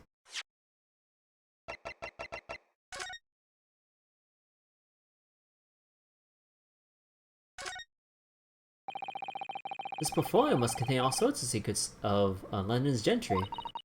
Oh dear, do you really think we ought to look inside? Well, it's not as though we don't know any of London's gentry personally, is it? Apart from our great detective friend, perhaps.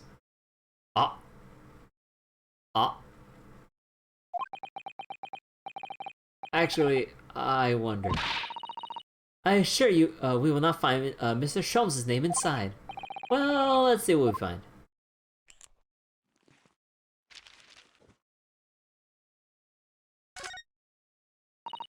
Gosh, it's crammed full of gentlemen's names, isn't it? Well, I suppose they're probably not all gentlemen at all, are they?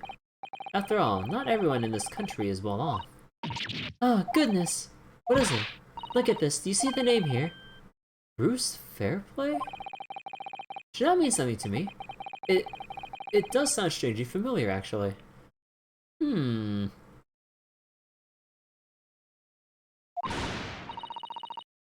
Bruce Fairplay, the witness testifying at this very moment. Oh, yes, of course, the banker. Wait, why is his name in here? Why is the banker's name in a ledger of loans? What? Aha, he borrowed 20 guineas, did he? And look, the repayment date is fast approaching. It's possible that this is just a coincidence, of course, but this could be very useful information.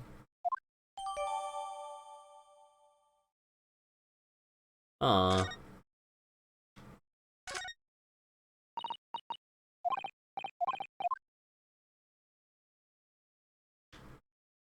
Is that all?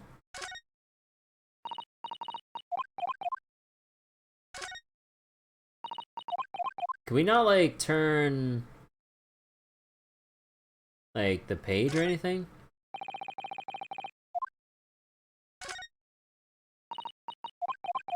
I guess not?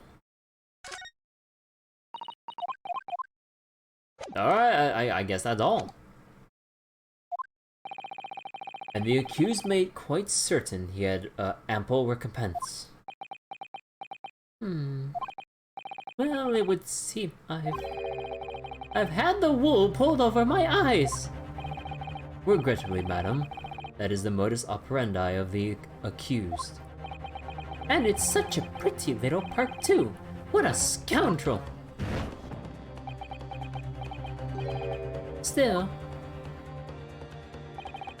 maybe it's alright for or maybe it's all for the best. No, old lady, wait! Wait! Wait a minute! Let's think about this a little more before. I don't stand for nonsense!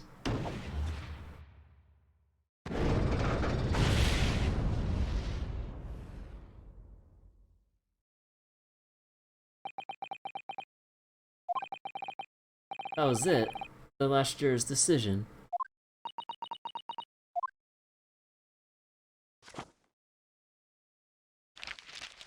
So, what happens now? According to this Encyclopedia of British Law, when all members of the jury have concluded that the defendant is guilty, court proceedings are suspended, and the presiding judge will deliver the final verdict and sentence. That's what it says here. Bruh, this is such a stupid ass system. Oh my god. Bruh, we didn't even get through the first set of statements. The final verdict? It's over then. Oh. There's a footnote though. Footnote. However, the defense... All 6 members of the jury are now in agreement in this case.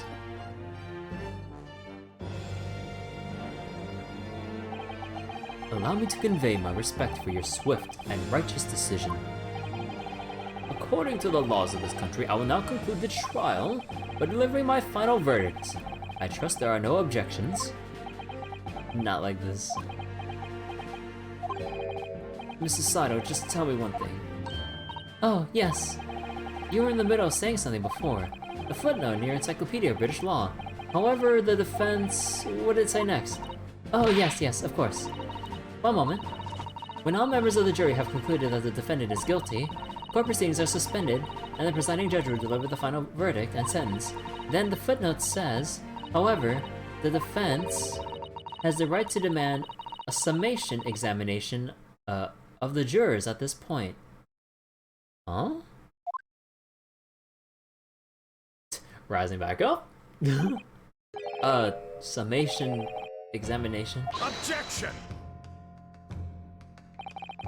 A summation examination? From which century has that tome, you have there been resurrected? What?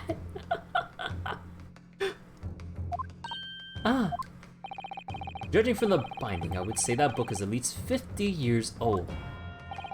Any modern text on British law wouldn't even give such an antiquated procedure a mention.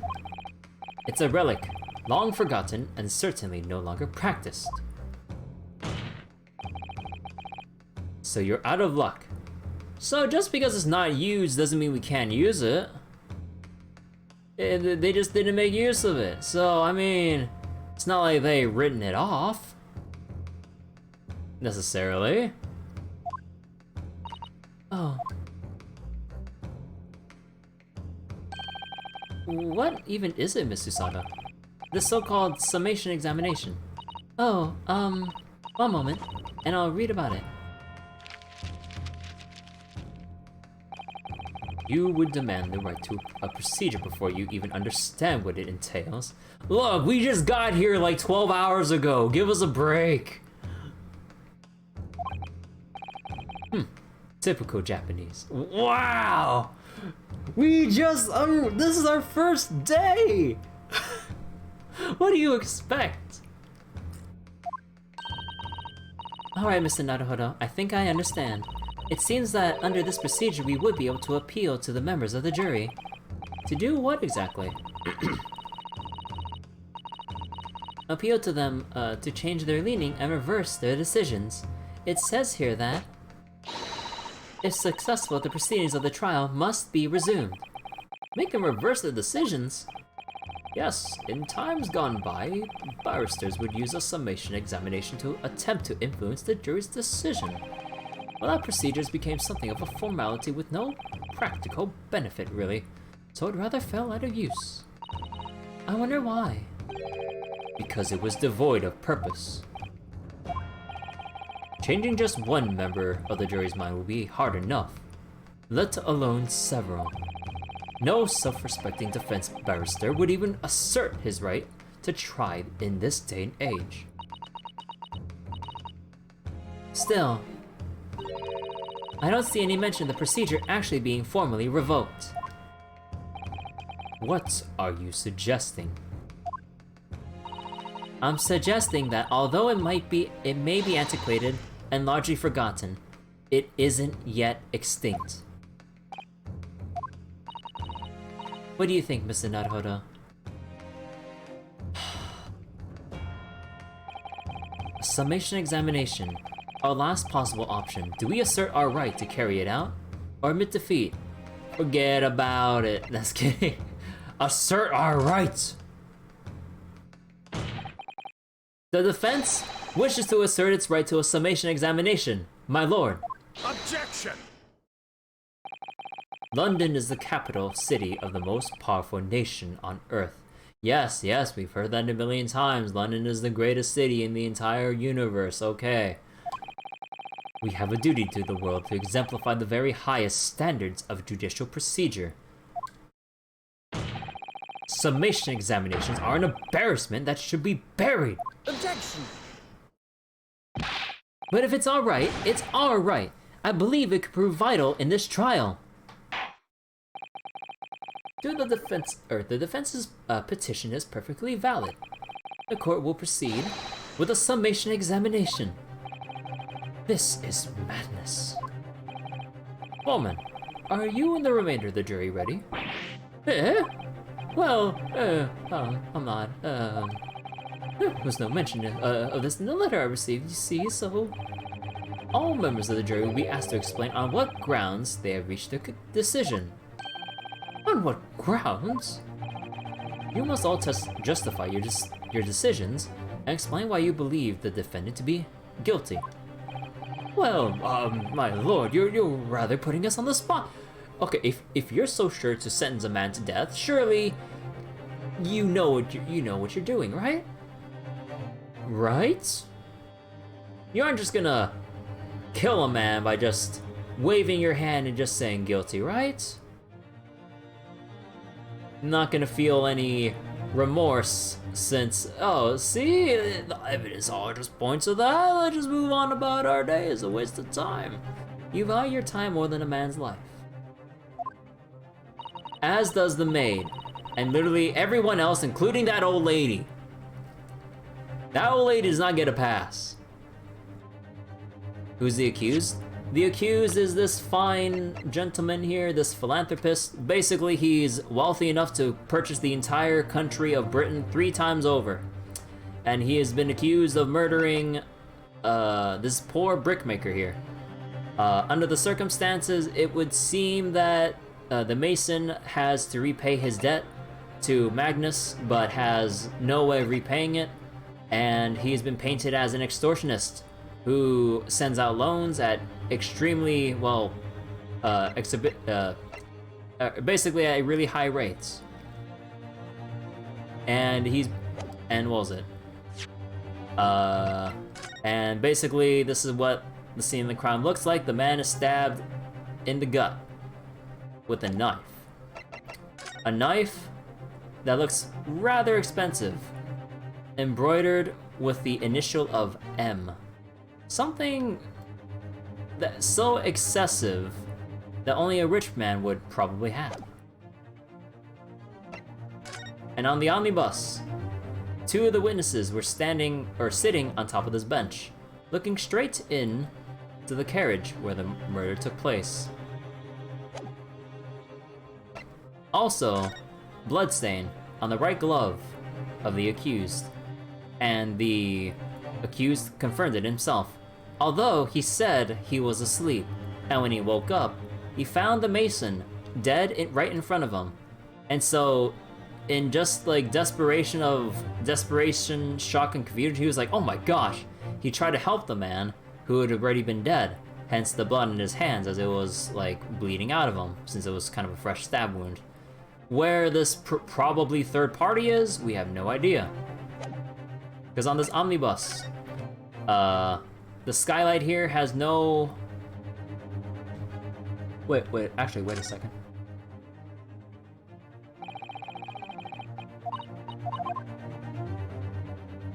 Wait, you can open it from the outside. Yeah. You can see this little thing here, actually. It can't be opened from the inside, but from the outside. And I mean, we don't have any decisive evidence yet, or anything to really go off of, but we did find something interesting from the debtor's ledger. One of the witnesses, Bruce Fairplay, has a loan of 20 guineas, although I have no idea how much a guinea is, given this time period and how much it would be adjusted for inflation converted to USD, but he has a pretty large debt to repay to the accused. So there is reason to suspect that he probably has something against Magnus. And maybe, upon seeing this opportunity, immediately wants to paint him as guilty. Because there's something odd about... Oh wait, do we not have the picture of the... Oh, I guess we don't have the picture here. But yeah, there's like another picture of the crime, of like what the perspective would look like from the skylight. There's another man sitting to the right of Mr. Mason. And the man looks like a man in a suit. A black suit. And as you see here, from just this like mugshot, or portrait, his clothes are very colorful. Very vibrant bow tie, like magenta, blue hair, and all that stuff. The perspective we saw was a man who only had a black suit, or at least very dark colors. But I mean, maybe we could discard this because they were just trying to show an example of the perspective. But that's a very odd detail to kind of have there. Monka, Hey, Ongdoken. Hey again, Deadtail. But yeah, there is reason to suspect that Bruce Fairplay might not be giving us the exact information we'd like to hear, given his relation to Magnus. But getting back to the jurors, this is most irregular. No mention of this was made before. I don't really hold with all this justifying lark. Indubitably. That seems to have thrown the jurors off. It seems none of them have experienced this before. Alright then. The summation examination. A defense procedure no practicing lawyer has attempted for years, is it? Well, just maybe. It might be the opportunity we've been looking for to turn this trial around. So be it then. Ladies and gentlemen of the jury, the court hereby calls upon you to state the grounds on which you find the defendant, Magnus McGilded, guilty of this most serious crime.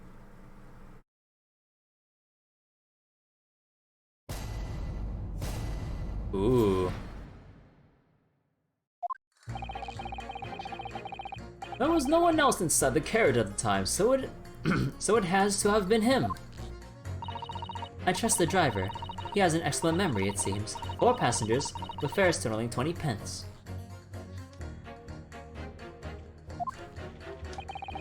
He stuck the chap next to him just like this. Brazen, I must say. Absolutely brazen. I have simply typed and collated all the statements made thus far, and drawn the logical conclusion.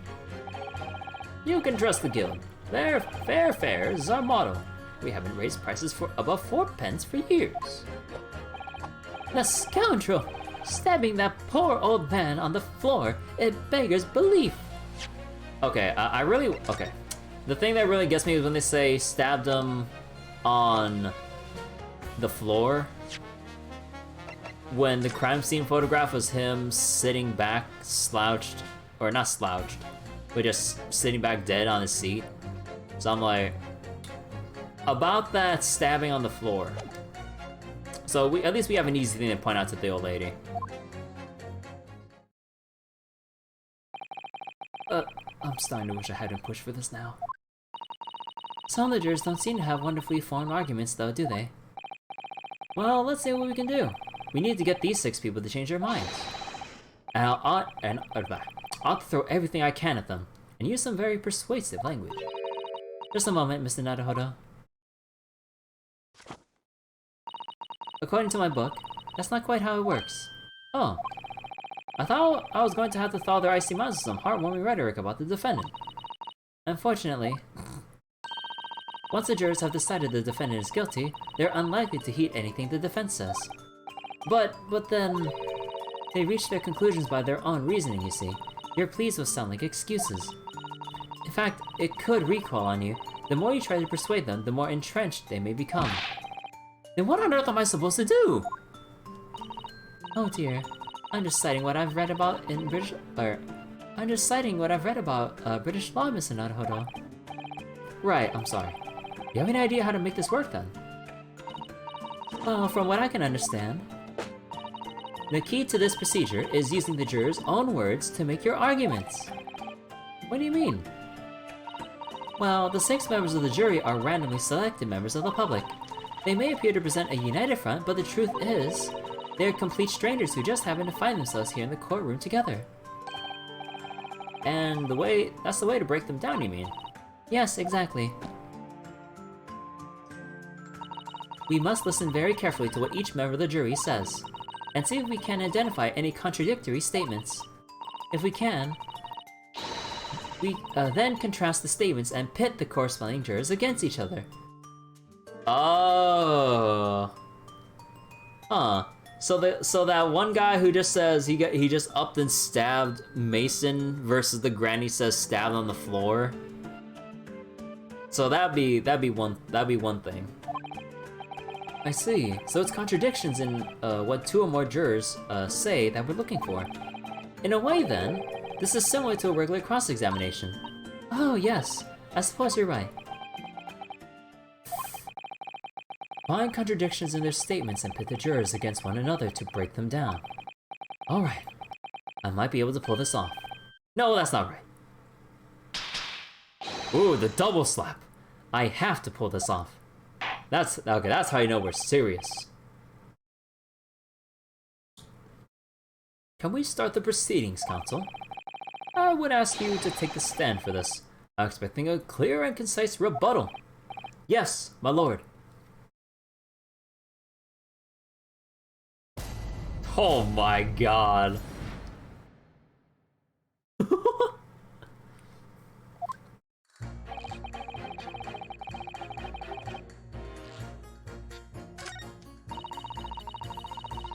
Actually, let's just press them one at a time. Hold it! Certainly the testimonies we've heard suggest the victim and Mr. McGilder were alone in the carriage. Precisely my point. But, could there have been some other explanation? Something we haven't considered yet? Such as?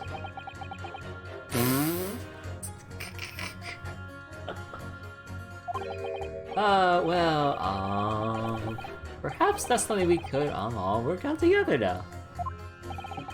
Now listen here, maybe you don't know how things work around here because you're from foreign clime.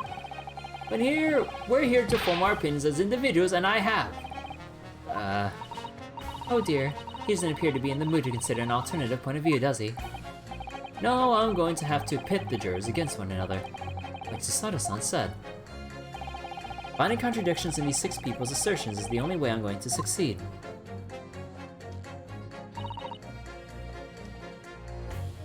Hold it! But does his ability to recall his takings that night really tell us how trustworthy that man is? I manage all his lordship's cash affairs, so I'm very particular when it comes to accounts. I see. A single penny can mean the difference between life and death after all, can't it? That's a saying in your country. My point is, a man who minds his figures is a man you can trust. Like those of us in service would swear to that, sir. Does that bench really need any more polishing? So if the good driver says that he saw Mr. McGilden in the act, I don't doubt him. The only task left to do today is disposing of the rubbish. Now wait a minute. One of the other jurors mentioned something about money, I think. Now's a very good time to listen very carefully to the jurors' statements again, Mr. Naruhodo. If you notice an inconsistency in what 2 different jurors are saying, I should expect it, or expose it, by pitting them against one another.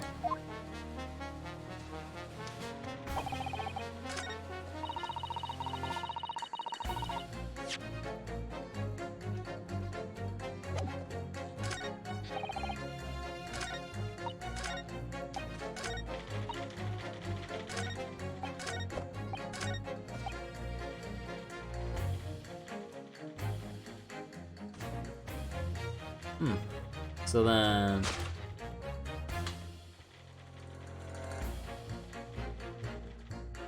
Objection!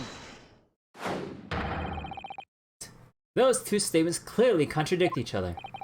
They do? Explain yourself, counsel. Me? Oh dear, what have I said? I swore on Silver Blaze's maiden name. I haven't the first idea what you're talking. Should I press them first? According to the group testimony we've heard so far, there were 4 passengers on the omnibus on the night in question, and according to the coachman, Mr. Beppo, he took 20 pence in fares. That's right. I have those precise details typed neatly there, here in front of me. And juror number 5 also told us the following: the fare for the omnibus is always 4 pence. That it is a fair and convenient single price, just the way London's carriages should be operated. But that doesn't add up at all. In fact, it leaves a glaring discrepancy in the facts. Why, man, why? 4 passengers paying 4 pence each. If you do the multiplication, it would be 16 pence. No! Exactly. As I said, it doesn't add up. The figures are different.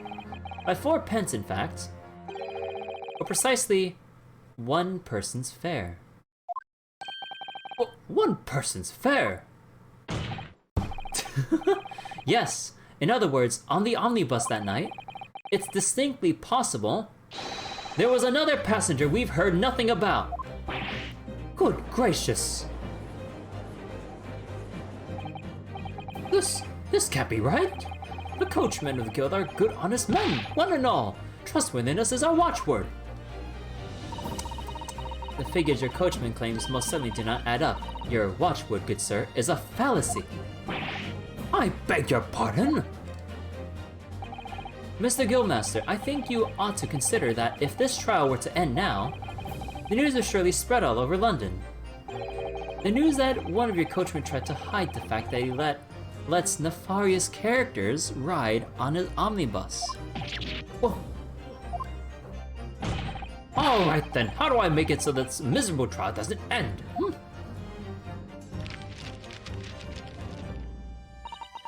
Well, according to my book here, you simply launch a ball of fire onto the innocent side set of the scales. Oh, now hold your horses there, coachman. We're all in agreement. Why do you have to... Wait till I get my hands on you, Beppo.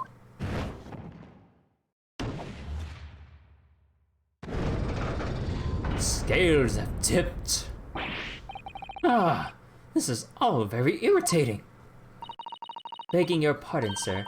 I'm going to do the same. Oh, I just noticed the color of the drapes behind the chairs. Oh. I was wondering, I was like, wait, oh, it's the colors of guilty innocent. Oh, for the love of Mike, not you as well! A penny can be the difference between a smile and a tear, after all. I certainly cannot put my trust in someone who doesn't follow my exact standards in financial matters. Oh, really? I, for one, think it's only proper that we hear from the witnesses again. Oh, well done, Mr. Naruhodo. You did it! If we manage to change 2 more jurors' minds, we can force the trial to continue. 2 more, actually. There is something else that's bothering me about a couple of their assertions. Then that's where you must strike next. So I need to pit 2 more jurors against each other and show that there's a contradiction in their assertions. Exactly, you can do it! Well, the scales of justice have been shifted, but they still weigh heavy on the side of guilt. Counsel, you have the floor again. Continue with your summation examination.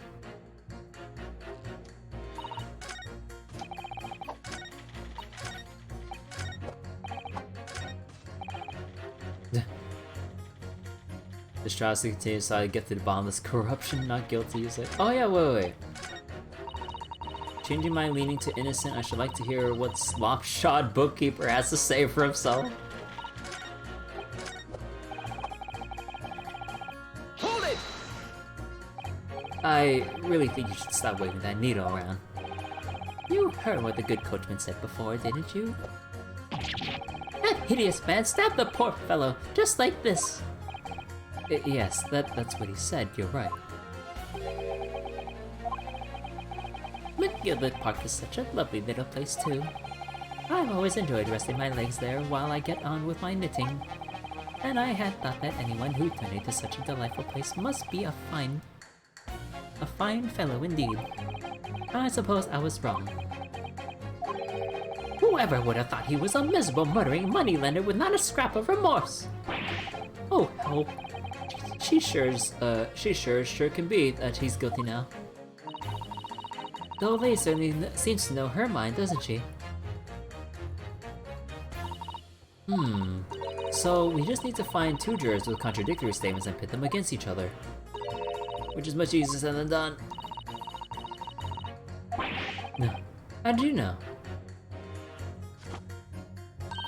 Well, I took the liberty of doing some research in case you happen to find yourself in such a situation.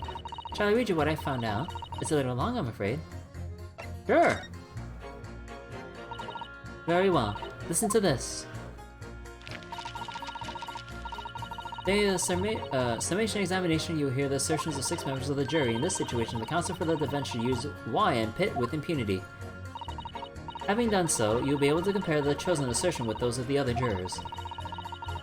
So, select the corresponding buttons to listen to the other jurors' assertions again. Know that you cannot choose the assertion of the juror you initially selected. Nor can you choose the assertions of jurors who have changed their leaning to not guilty already. Oh. So once you compare the various jurors' assertions, work out which 2 contradict each other, and then pit them together with Y to pull them apart. I see. She wasn't joking when she said it was long. The first step is to listen very carefully to what each individual juror has to say. Then I'm sure you'll start to see which ones might not quite agree with each other. Alright then. Let's get this right now, so I never had to listen to that long and boring explanation again. That's the spirit.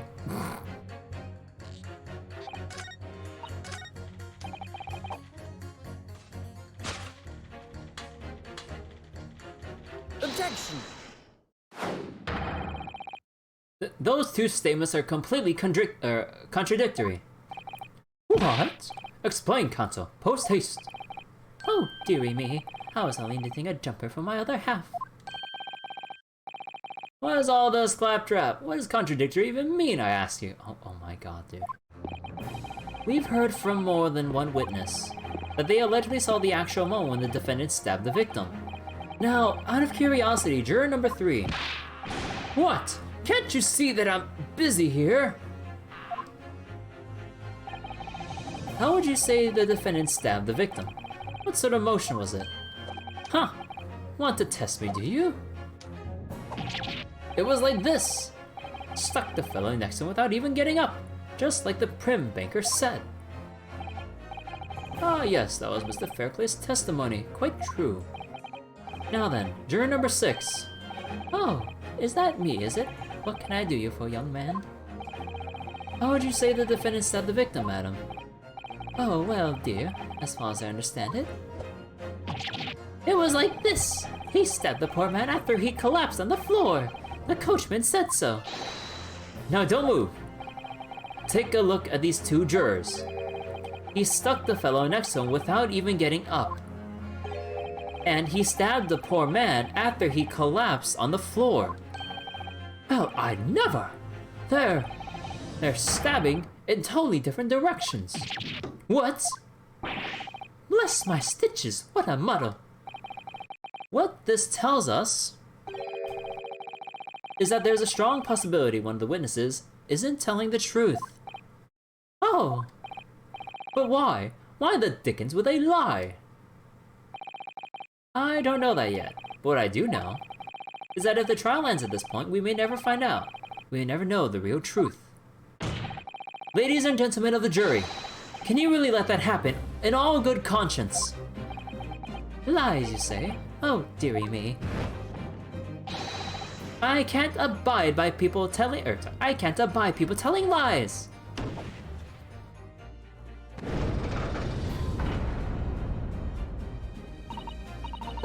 The scales.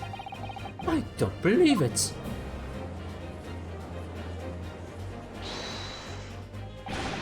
Wait! Now hear this, my fellow jurors, I warn you. You cannot listen to this man. He's using facts and logic against each other. Wait. Oh, what the fuck is this? Dude, the blatant discrimination against Japanese people. Oh my god. Oh my god, dude, this is so dumb. Look at him. In his black suit, he's clearly done some devious, he's clearly some devious Eastern sorcerer using magic on us all. Bruh, oh my god. The racism here. If I could use magic, do you really think I'd be putting myself through all this? Answer me this, Dark Jinx.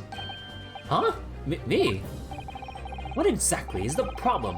What of it if 2 witnesses have slightly different recollections of events? Well, what of it? Let's say Shylock did stab the victim as he was sat next to him on the omnibus, and this young dandy saw him do it. And now let's say the victim collapsed on the floor, and the Shylock stabbed him again. Ah! But the autopsy report says a single stab wound. Well, what's to say it didn't happen like that, hmm? Who you're calling a dandy, sir? Why, I should take this knife to you. Who are you calling old? Why, I should take this needle to you. They're ready to kill each other now. But could the foreman and the jury be right? Did the 2 witnesses see 2 different moments of the same crime? Out of the question.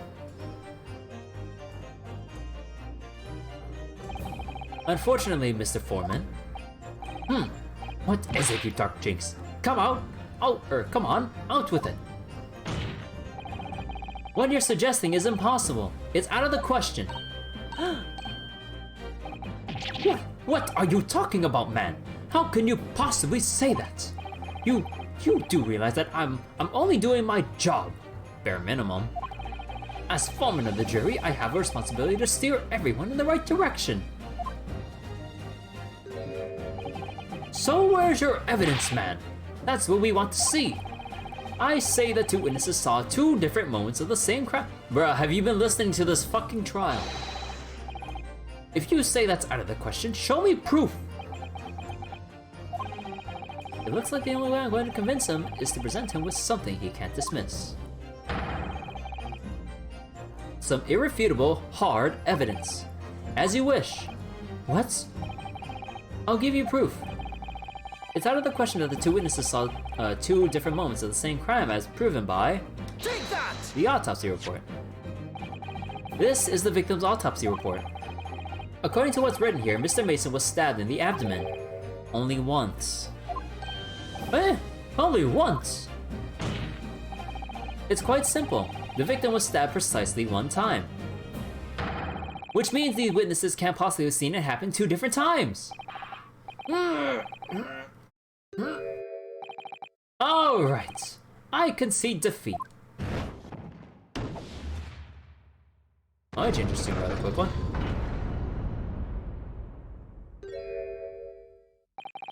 Wait, that means forgers are now leaning to not guilty. We've done it, Mr. Naruhodo. We've won. We did it. We won. What are you playing at, you dandy fool? Shut your trap, sir. No one deceives me. But we had a consensus. I said shut your trap. I know a liar when I see one. And if the chap ever dares to cross the threshold of my shop, I'll take this razor sharp blade and shave every last hair off his. Oh my god. Oh my god, dude. How do you not cut your tongue licking your blade like that?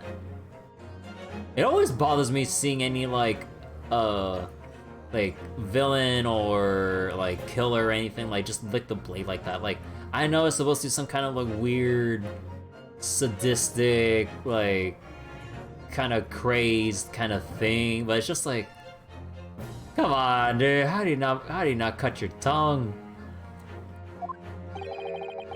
Please tell me he's a barber. Well, in a quite remarkable turn of events, the defense's summation examination has flipped the balance of the scales of justice. The jurors now stand 2 for guilty and 4 for not guilty. Accordingly, there is no longer a large enough majority among the jury for me to adjudicate.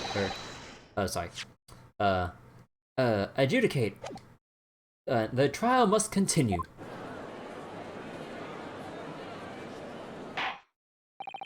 I hereby ask the defense, prosecution, and witnesses to return to their places, and I call upon all of you to continue to pursue the truth.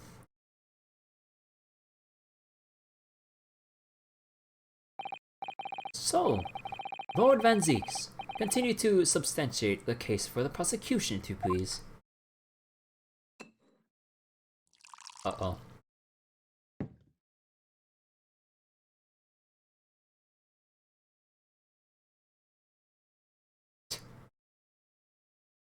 Okay. Ooh. Having savored the rich aroma of the carmine contents of this hallowed chalice, it may seem crass to crush it to dust. Pray forgive the discourtesy. Oh, Lord Van Zeeks! Is it cold in here or is it just me? As your antiquated tome no doubt says, the prosecution may not speak during a summation examination. So I've honored a deathly silence and listened to the charade. It seems I overestimated the intelligence of the jury. Well, no matter. There's nothing so hard to prove as self-evident truth, it would seem.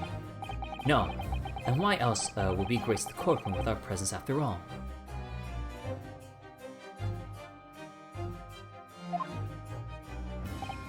So, let us proceed to the next round of battle. Oh, cloak is off. Bring forth the witnesses once more.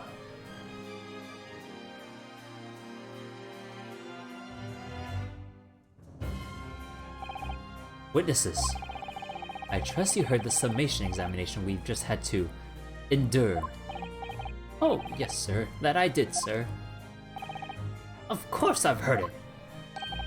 Oh, yes, sir. I've heard it. You, sir, on the end. A coachman. I believe it's Beppo. Oh, yes, sir, my lord, sir. If it transpires that in your previous testimony, You were attempting to veil the presence of a fifth passenger in your omnibus. You'll be found guilty of perjury. You are advised to bear that in mind, sir.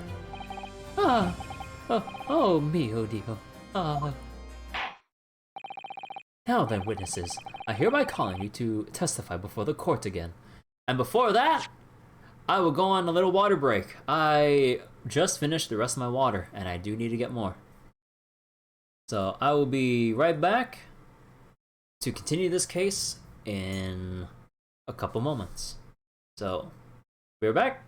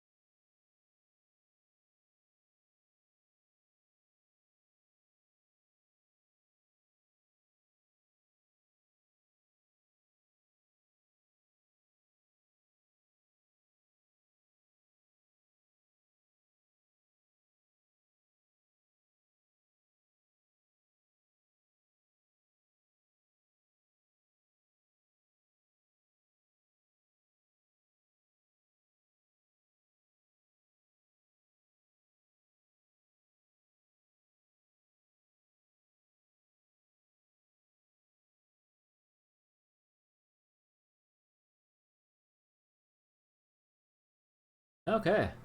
I hope I haven't taken too long. Also got some snacks. Although not too much. Okay.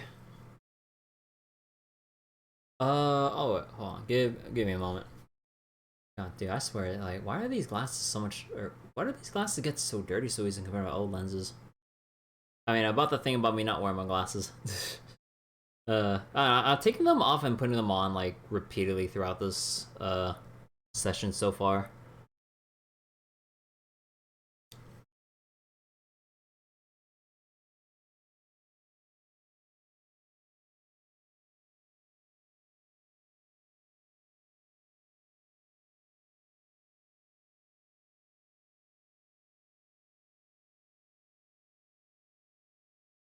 Okay.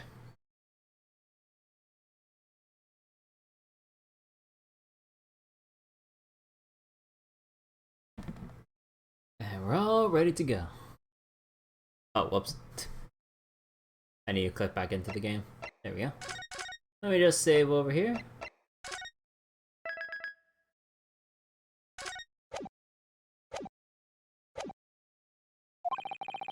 You will hold on, did I take off the thing yet? Okay, I did. You will explain the various misgivings, brought to our attention by the defense's summation examination.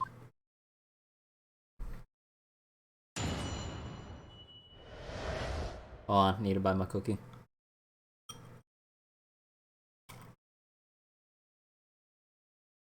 Oh, not cookie, sorry. The wafer.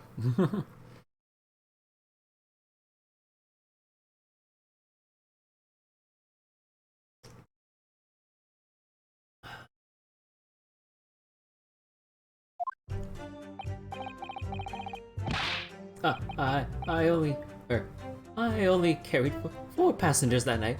I swear, but well, I for one was thought I had to pay 5 pence for the bus. He fiddled us on the fare, he did, and then I saw that blood-curdling sight as well. It's all too much. I tell you, I saw McGilvert stabbing that man. Everything I said before stands. Oh yes, he stabbed him. Yes, he did. I think so, yes. Think so. Counsel, make sense of this for me, please. The phantom 5th passenger conjured into existence by my learned, Eastern friend never existed. The confusion has arisen from the coachman's sly little cozenage. Ah. Beppo, explain yourself. Oh, I'm terribly sorry, Guildmaster. The guild's fare is 4 pence across the board. You know that. Am I to understand that you've been overcharging our customers by a penny a fare? It's so cold. And the last run of my day is always half empty. You have been dishonest, coachman. I'm sorry. You are a disgrace, Beppo. A disgrace. Your selfish actions have brought dishonor on the entire guild. If I may, sir. I had to pay 10 pence on the bus just last week. What? 4 passengers at 5 pence each is, yes, 20 pence. I've done the arithmetic 10 times already, but I just can't make the result come out different. That's simple addition. No, that figures. Well, it would appear that one of the aforementioned misgivings has already been explained. So, counsel for the defense, your cross-examination, if you please. We've already had the pleasure of a protracted summation examination today. I see you intend to continue the parlor games. Absolutely.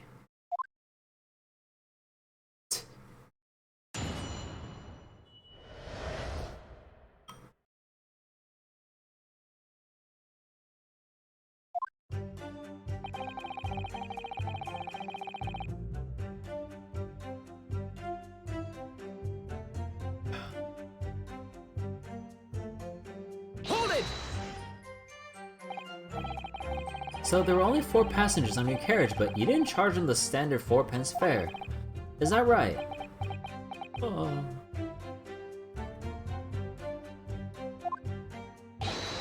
It's impossible to make the last turn of the day pay. I was so cold. It was all I could do to stop myself from passing out. I'm getting chilblains, just listening to you. It was terrible, so I want to give myself a pat on the back for even keeping the bus running.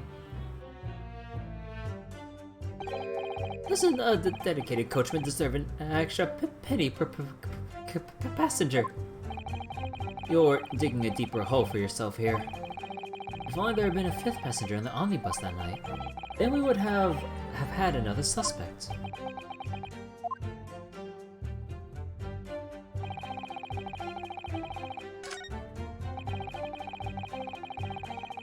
Oh, hold on, I didn't mean to go forward. Hold it! Does that mean everyone on board that night paid 5 pence instead of 4? Well, I paid 5 pence too, sir. And I just told you that I did. A flat fare of 5 pence across the board. Not something to be proud of. The so-called discrepancy my learned friend identified was nothing of the sort. Much like the phantom killer you so desperately needed. It's gone. Dead. Buried. I'd have been happy if it ever existed in the first place.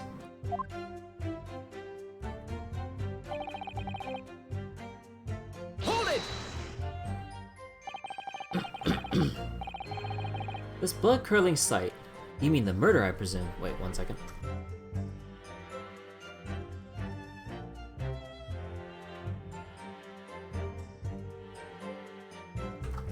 Okay. Yes, sir. A loathsome sight.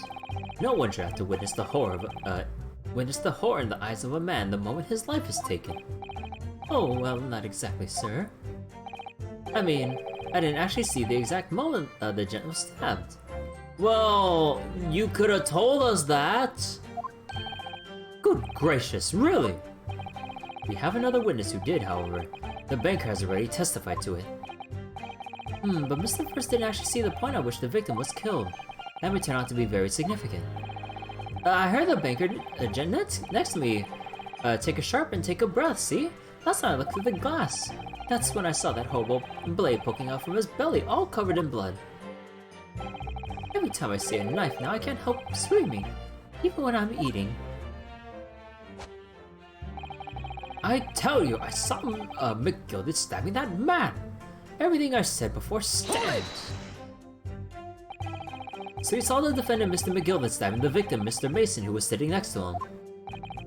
That's what I said, isn't it? It was bothering me before this was. Sorry. Ugh.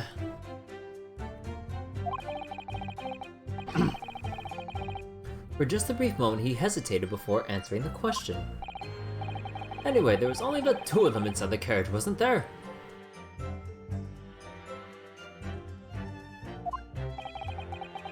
There's been much talk of a 5th passenger, but as yet, 0 evidence. Then what are we wasting all of this time for, eh? It's black and white, the man is guilty! That's me? Yeah. I guess my allergies are still lingering today. I did go out on a run without my mask. So I have a sneezing here and there, like, throughout the day.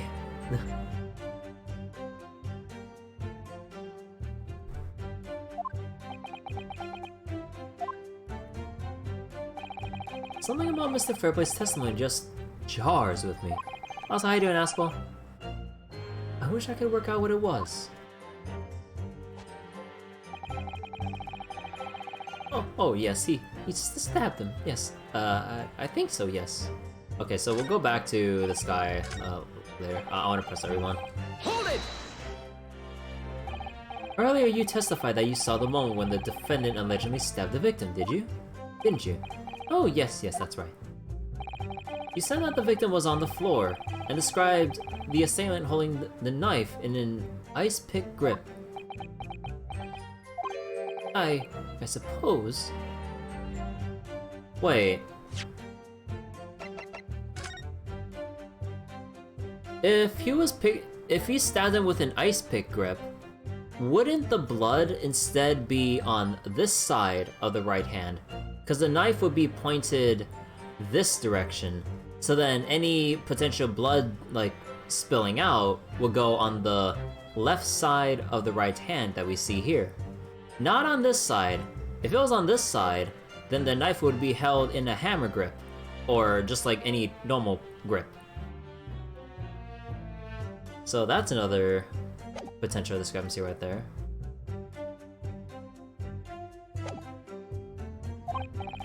I might have, yes, but with the cart before the horse, maybe. What's this? Well, I'm quite sure about most of it. I was driving the horses when I heard the scream from the seats of the roof deck. Oh, I expect that was me, sir. But then, when I turned around, yes, I saw it through the skylight.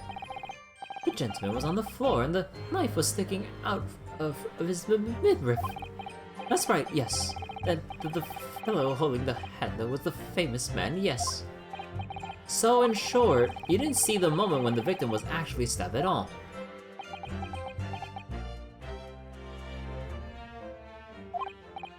I really thought that I did, but when I go over it again in my head, no, I suppose I didn't actually see the precise moment of the stabbing. Ruth!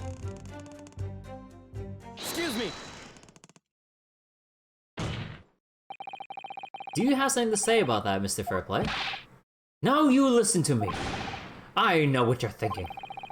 He didn't really see the exact moment the fellow was stabbed. What are the chances of that? Eh? Are you asking me or telling me? He's getting flustered.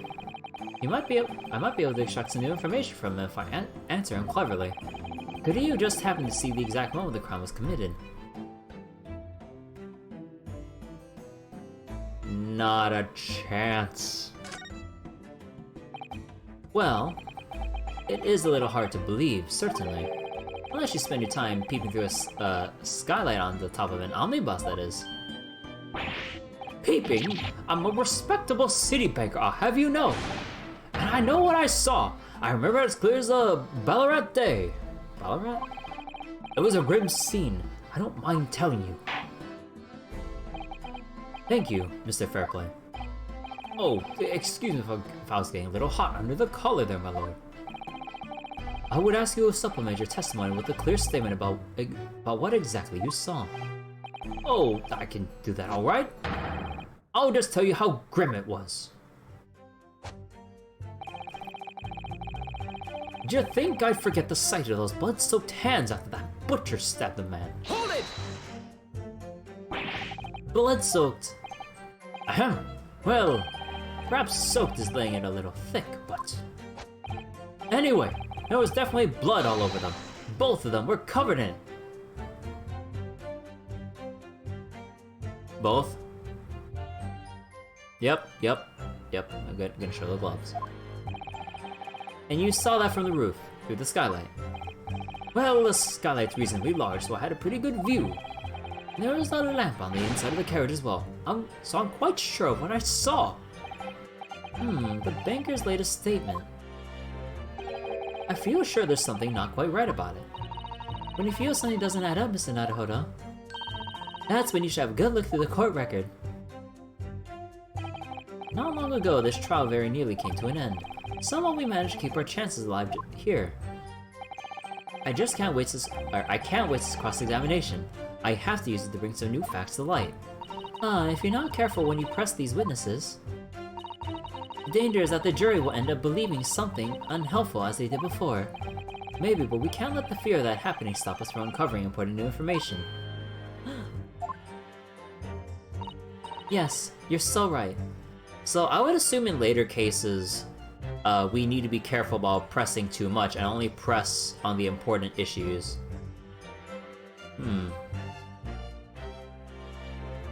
That's a interesting, different little take on penalizing excessive pressing. Oh, hold on.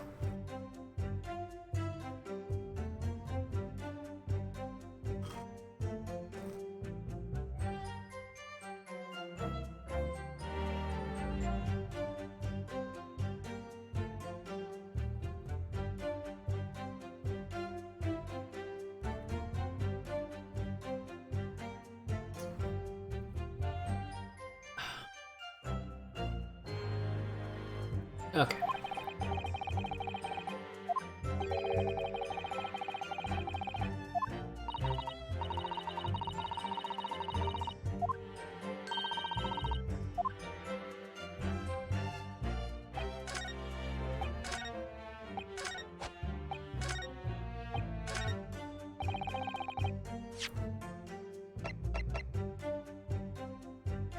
You mean these hands? Blood-soaked hands. Well, I admit that soaked might be laying out a little thick, but... Anyway, there was definitely blood all over them. Both of them were covered in it. Well, I'm very sorry to disagree, Mr. Fairplay, but that's a little more than... that's more than a little... peculiar. What?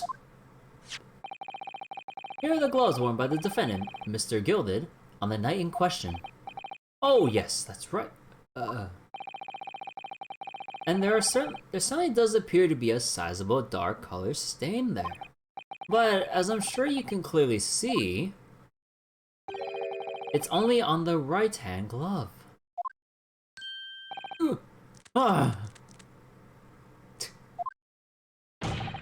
In short, Mr. Fairplay, your testimony is inconsistent. But no! That can't be right! So you're the liar here then. That's right! You were quite clear about it. You said it was with both hands.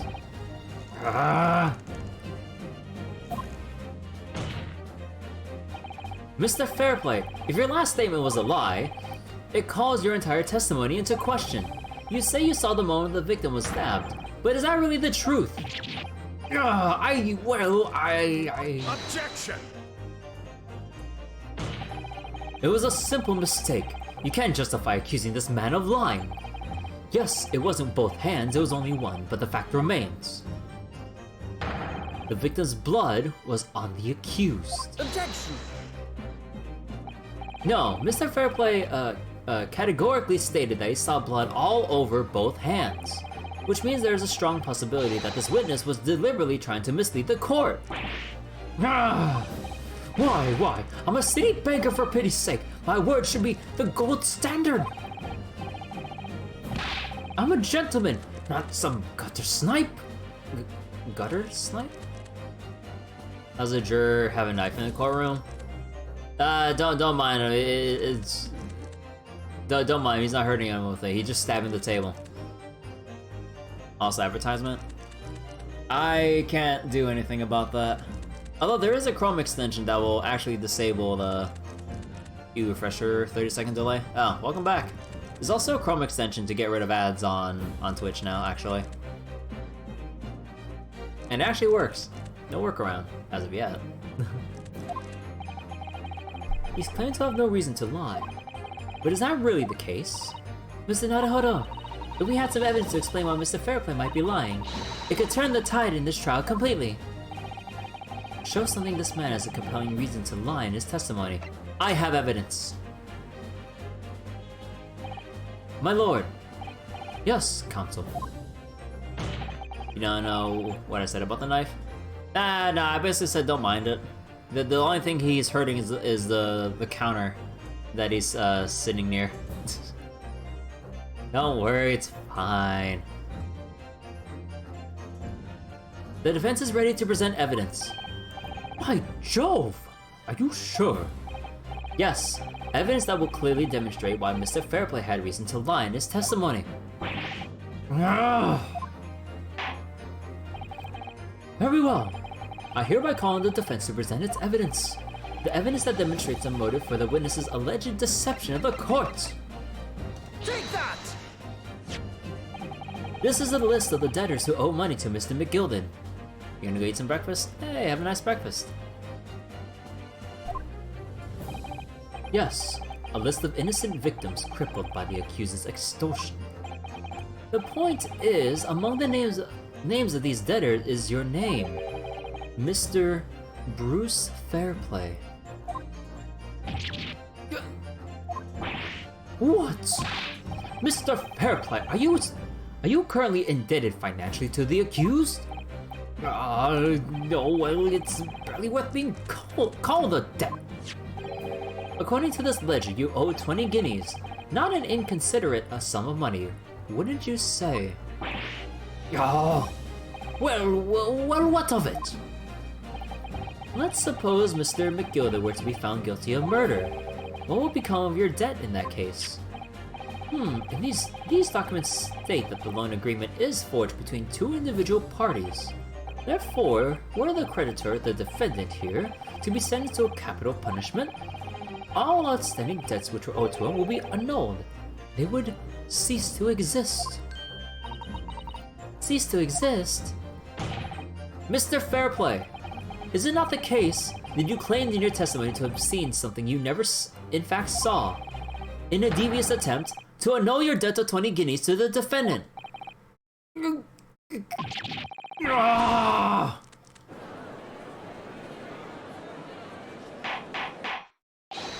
Order!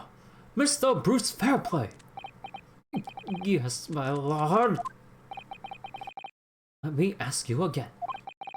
And be aware that your answer may have most serious implications upon your future, sir. Did you or did you not see the precise moment in time at which the defendant is alleged to have thrust a knife into the victim?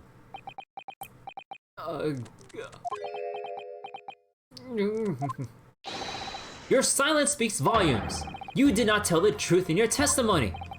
Alright, let's not make a melodrama out of this. Perhaps I did overstate the truth in a pinch. But it makes no difference. I definitely remember seeing blood in Mr. McGilden's hands. Both of them. Objection! And yet, only one of the defendant's gloves, which we have here as evidence, is stained. So you keep saying. I wonder if I might be allowed to speak, sir. Go ahead, Mr. First. Well, the thing is, I think I remember seeing it myself, as it happens. Seeing what? The blood, sir, on the assailant's hands. I think, yes. I'm almost sure that it was on both his hands, not just one. What? How does that change the fact that it's only on one of the hands? It would appear we're going to need further testimony from all you witnesses. This time I would like to know precisely what you did and what you did not see. Do I make myself perfectly clear? Yes. Mr. Naruhodo, this is good news. The course of the trial seems to have shifted slightly at last. Yes. I might finally have a chance to turn things around here.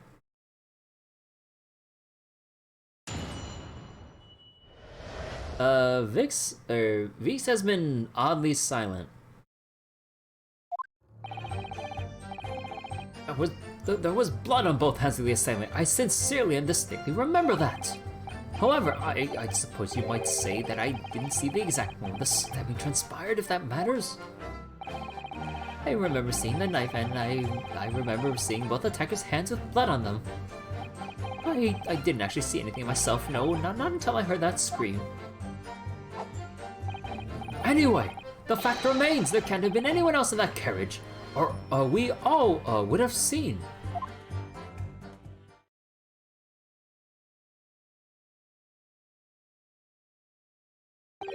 Well, lo and behold. In truth of fact, not one of you was a witness to the crucial moment the crime was perpetrated. I apologize, my lord, but honestly, there was no one else inside that carriage, and the man's hands were covered in blood. That much incriminating evidence is tantamount to saying we saw the man do it. That's really not what testimony is about. Let us examine the interior of the omnibus once more. The victim's fresh blood is visible on the seat, corroborating with the witnesses' accounts. In other words, there is no substantial nor significant change in the facts of the case. Very well. Your cross-examination, please, counsel. Yes, my lord.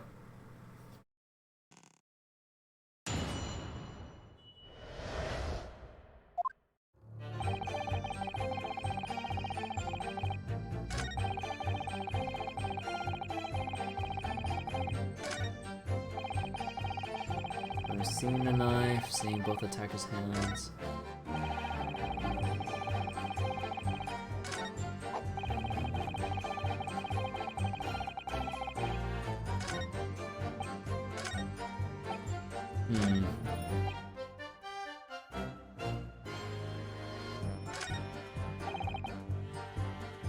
Hold it!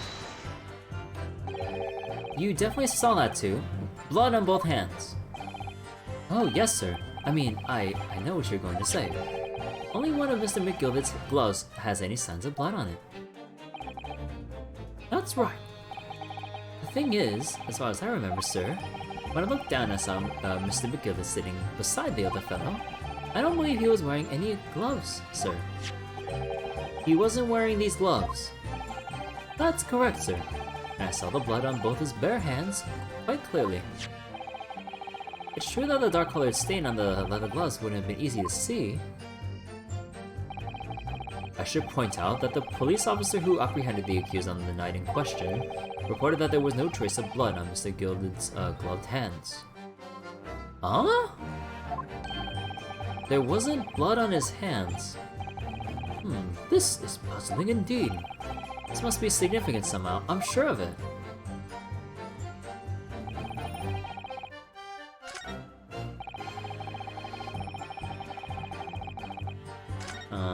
Let's press for the rest of it. Oh wait, so he was apparently not wearing gloves. So, there weren't any... No, wait. When I say gloved hands, I mean he was already wearing the gloves. But then... there's no trace of blood on his gloved hands. But then, how's there blood on the right hand then?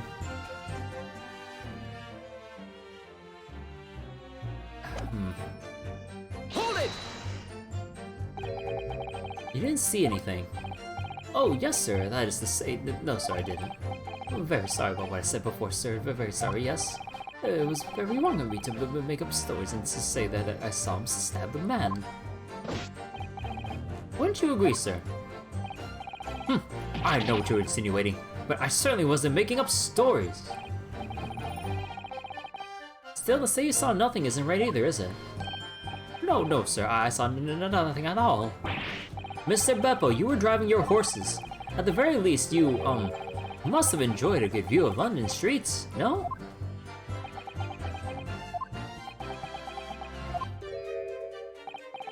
Oh, please, you didn't even see that? It was so cold that night, you see. It was all I could do to keep from passing out, sir. Yes, my head was very frozen solid, I'm sorry to say, sir. It would seem prudent to avoid travel on the last omnibus service of London's cold winter nights. Beppo!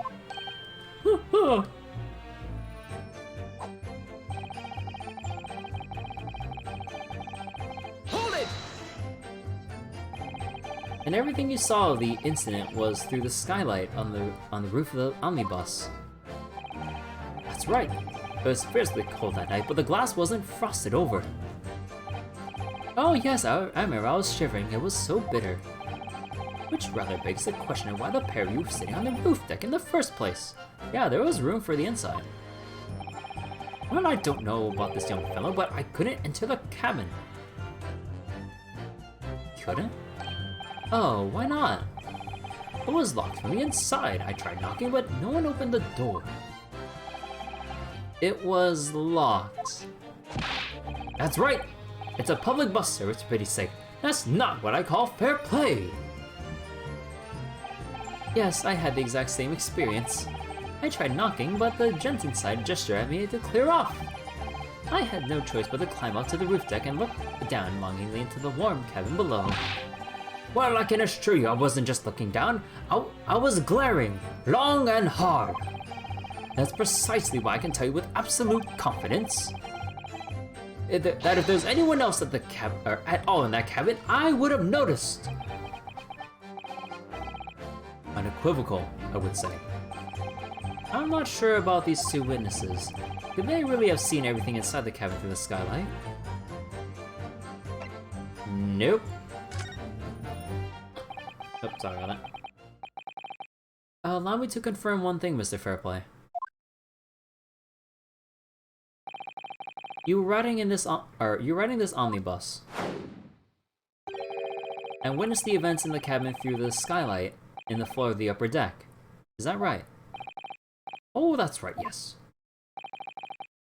In that case, there is a portion of the cabin interior that would have been out of sight from you. What? My golly, really? Obviously, at this stage, we can't say for sure. But the possibility cannot be denied. At the time of the incident, there could have been another passenger in the enclosed cabin of the omnibus. Objection! Enough hypothetical meandering, my Japanese friend. The prosecution demands that you substantiate your claims. After all, the scene of the crime here is in the the scene of the crime is here in the flesh. Very well. I will uphold the prosecution's demand. Oh yeah, that's what I forgot to do before I started Ace Attorney today. I downloaded a little mod that, what was it? Decompresses the music. Because, like, I remember, like, complaints about people talking about the music quality in the game. And I had it downloaded, but I forgot to apply it. Oh, right. That's... Oh my... I knew I was figuring something before I started the stream. I don't want to do it right now, though, but it shouldn't take that long, because I would assume you just extract the files... extract the files into the game folder. How do they get that thing inside? Look, you don't understand how grand and advanced the courtrooms of Great Britain are. They can do anything. It's so advanced they moved the scene of the crime to the very courtroom for examination. Where exactly in the omnibus are you suggesting that this potential extra passenger could have been situated? Take that! Both rows of seats on the roof face in the direction of travel, whereas the seats in the enclosed cabin face each other, which means the visible part of the cabin which passengers on the roof deck can see through the skylight, as I've drawn here. Ah! Power of anime? No, the power of the glorious British Empire, as it's so loved to gloat about in this entire game. It's like, oh, the great British Empire, or the glorious British Empire, or some other crap. I'm like, oh my god, how many times are we gonna praise Great Britain and we're not even halfway through the game yet? And it's like, oh, those backwards Far Easterners. I'm like, oh my god. The blatant discrimination and racism so far in this game. I'm like, oh my god. Ah. It's so dumb. I mean, I get that, you know, like, during the times, at least based on where this is right now, like, Japan only recently opened up its borders and started, like, international travels and such like this. But, oh my god, dude, it's so dumb. The seat opposite the one which the victim and his attacker were sitting is obscured from view. Did I put a picture of the queen on my wall yet? No. In other words, if someone had been sitting on that seat, it's quite possible that these witnesses would have been completely unaware of it. Ugh. Objection! It's quite possible some phantom was sitting there. You Japanese have a forbidding habit of obscuring the truth with ambiguity. I concur with the prosecution's rejoinder. In a British court of law, evidence is paramount. I cannot entertain this conjecture, counsel. I'm not a proper British tea drinker and gentle. I'm sorry. See, that is unless you're able to put a name to this mysterious passenger to whom you allude. Can you, Mr. Naruhodo? I honestly don't know. Who could it have been? Who could have been in the other seat, which is out of sight from the witnesses on the roof deck? I have no idea. I have literally no idea. And as far as I know, like, we don't have any...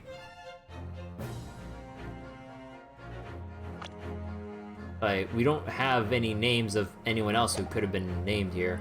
Or, like, or any other evidence, so... eh. But as a proud citizen of the Japanese Empire, you will look to the sky or walk on, making sure all signs of tears are gone. Go on. This isn't just a case of going on, Mrs. Sato. Alright then, I'll go on. The defense would like to put forward a name. Okay, okay. Wait, what name? What am I missing? You are a fool. That response was a desperate attempt by a man who has no notion on his limitations. A toast to hard lessons not yet learned. Let us not delay, counsel. The defense is still to name the passenger in the other seat. This could be it. This could be the chance I've been waiting to turn the trial in my been waiting for it to turn the trial in my favor. On that night, on the night of the murder, the person occupying the seat on the in the omnibus, sorry, the person occupying the seat in the omnibus cabin that was obscured from view was. Well, Take that! yeah, just like I suspected when they gave that perspective away. Like, they could have given that perspective, or painted that perspective as, what was it? As, Magnus sitting right next to the Mason, but they show the gentleman in black with, like, a distinctly different color scheme than Magnus. That Magnus is like very eccentrically vivid, like, suit and all. So like they could have painted it differently and then like shifted it like once we pointed this out. But I guess maybe that wasn't, or maybe they just wanted to give that hint away early on. I don't know, dude. The passenger in the enclosed cabin that the witnesses on the roof deck failed to see has to have been Mr. Magnus McGilden. Mr. McGilden? What are you talking about, counsel? That's the name of the defendant! Rabble, rabble.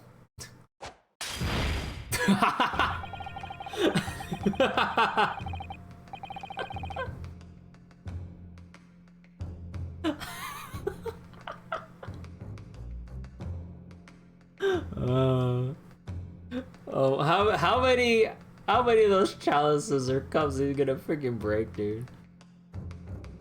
If I desecrate this chamber by smashing my hallowed chalice, do forgive the discourtesy. Lord Van Zeeks! People talk of those tiny island nations in the Far East as having a learning and culture of their own. But I see that they use the terms ill-advisedly. What are you trying to say? Let me explain in terms that even a student of an artless backwater such as yourself— Wow!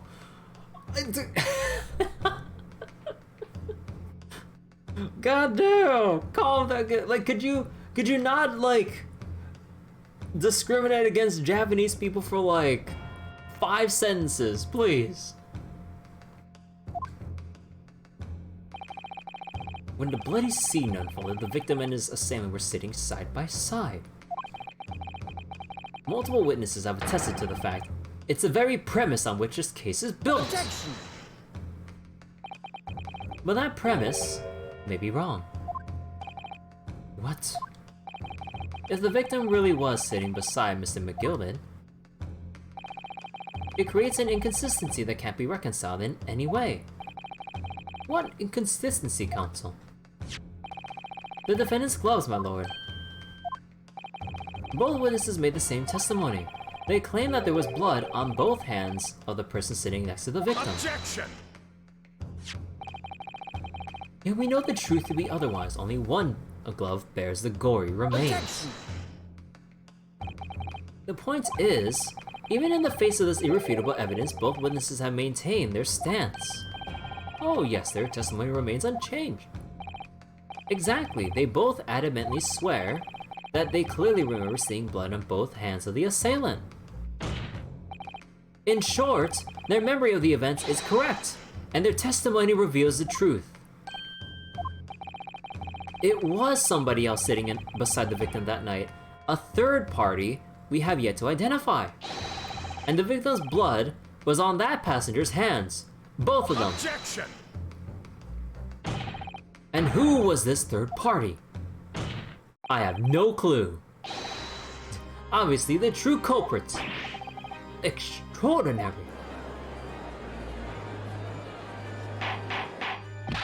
Order! Order! Order! What exactly are you postulating? Objection! The defense's postulation is just that. Nothing more than conjecture. The witnesses have clearly stated that they saw the accused. Objection! But when elaborating on his testimony, Mr. Fairplay said the two of them were wearing hats and I couldn't exactly make out their faces.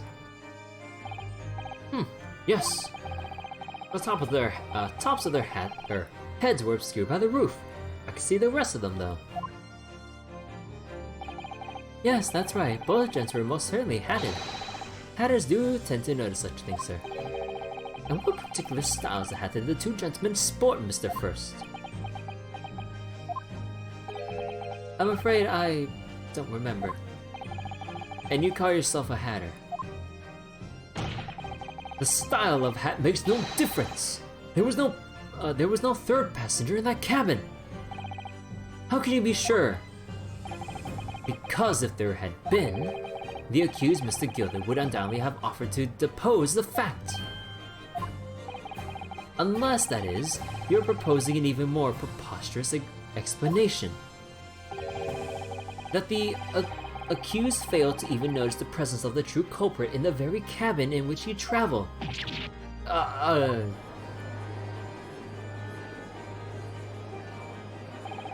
He's right.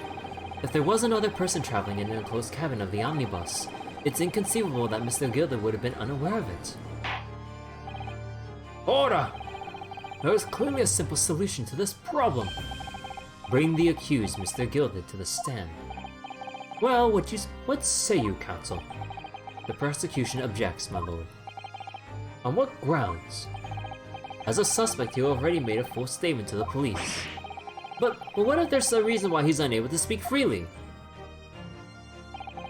Magnus McGilded is no uneducated ruffian. If it indeed turns out that the man has been withholding information, you can be sure it would have been a most deliberate act. Counsel for the defense, what is your opinion? My lord, should we ask Mr. McGilded to testify or not? Sure. Yes, we need to hear what he has to say in order to find out the truth.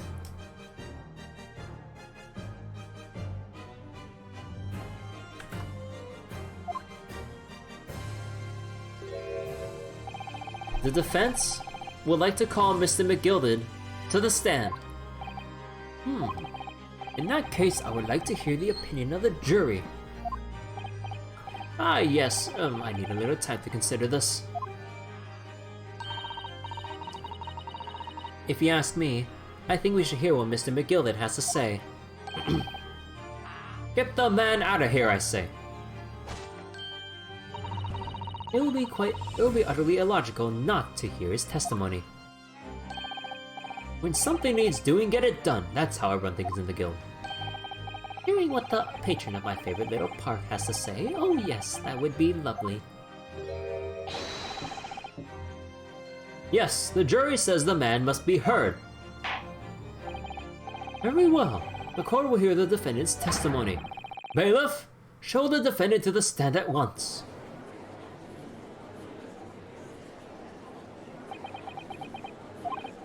Now, maybe what actually happened that night will finally become clear.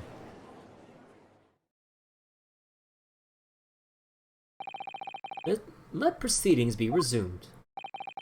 Mr. McGilded, have you been listening to the discourse of the day? Be sure I have, my lord. There are now two matters on which the court desires to hear from you. But the first is whether or not there was a third party with you in the omnibus cabin as proposed by the defense. The second is that if such a person was indeed present, why did you conceal that fact from the police?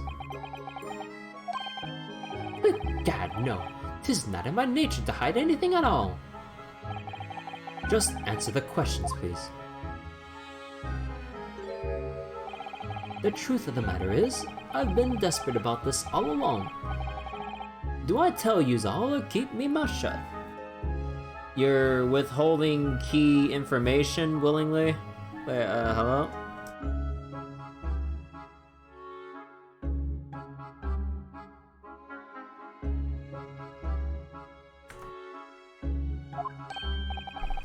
Tell us what, Mr. McGilded? The fine fella representing me is absolutely right. In the carriage on the night with myself and the other man, there was another passenger. It's true! Aye, and 'twas me who helped the little urchin get away after it all happened. He's an accomplice to murder? What?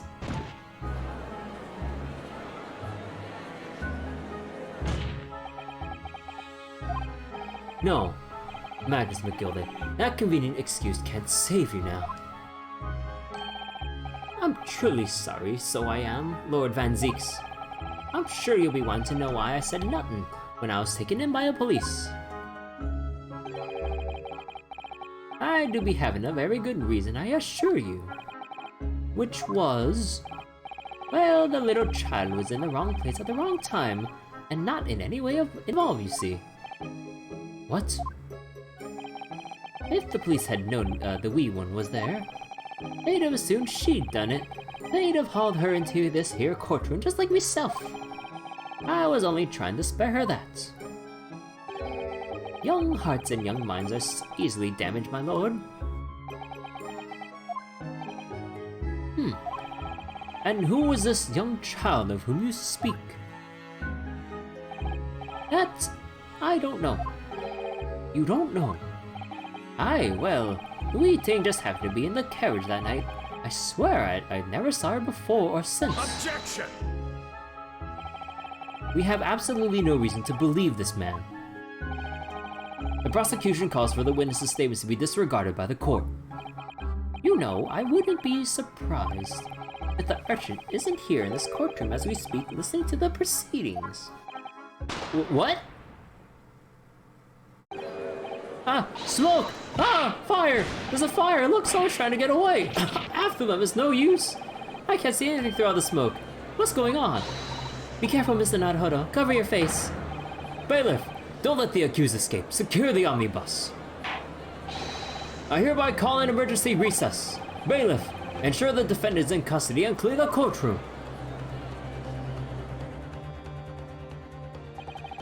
We were hurriedly removed from the smoke-filled courtroom by the bailiff. and amid scenes of chaos as people stumbled over one another in their desperation to flee the chamber. We had no idea what was happening. All we knew was that for the time being, at least, the trial was suspended. Bruh. What the fuck?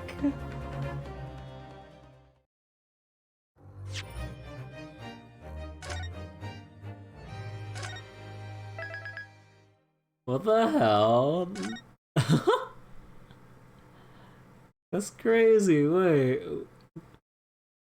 He was just leading everyone along to wait. Why would that supposed child be there in the court proceedings?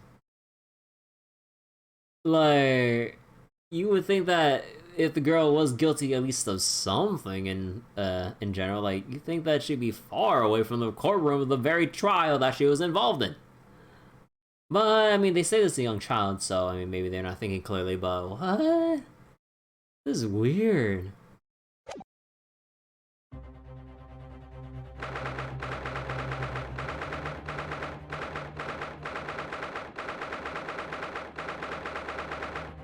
Alright though. This would seem like a good point to leave us all, including myself, on a cliffhanger. Because it is almost midnight, and you can bet that if we continue, I would not want to stop until it's like 3 in the morning. So, we should do something else. And so I will close the game. And let's just save again for the hell of it.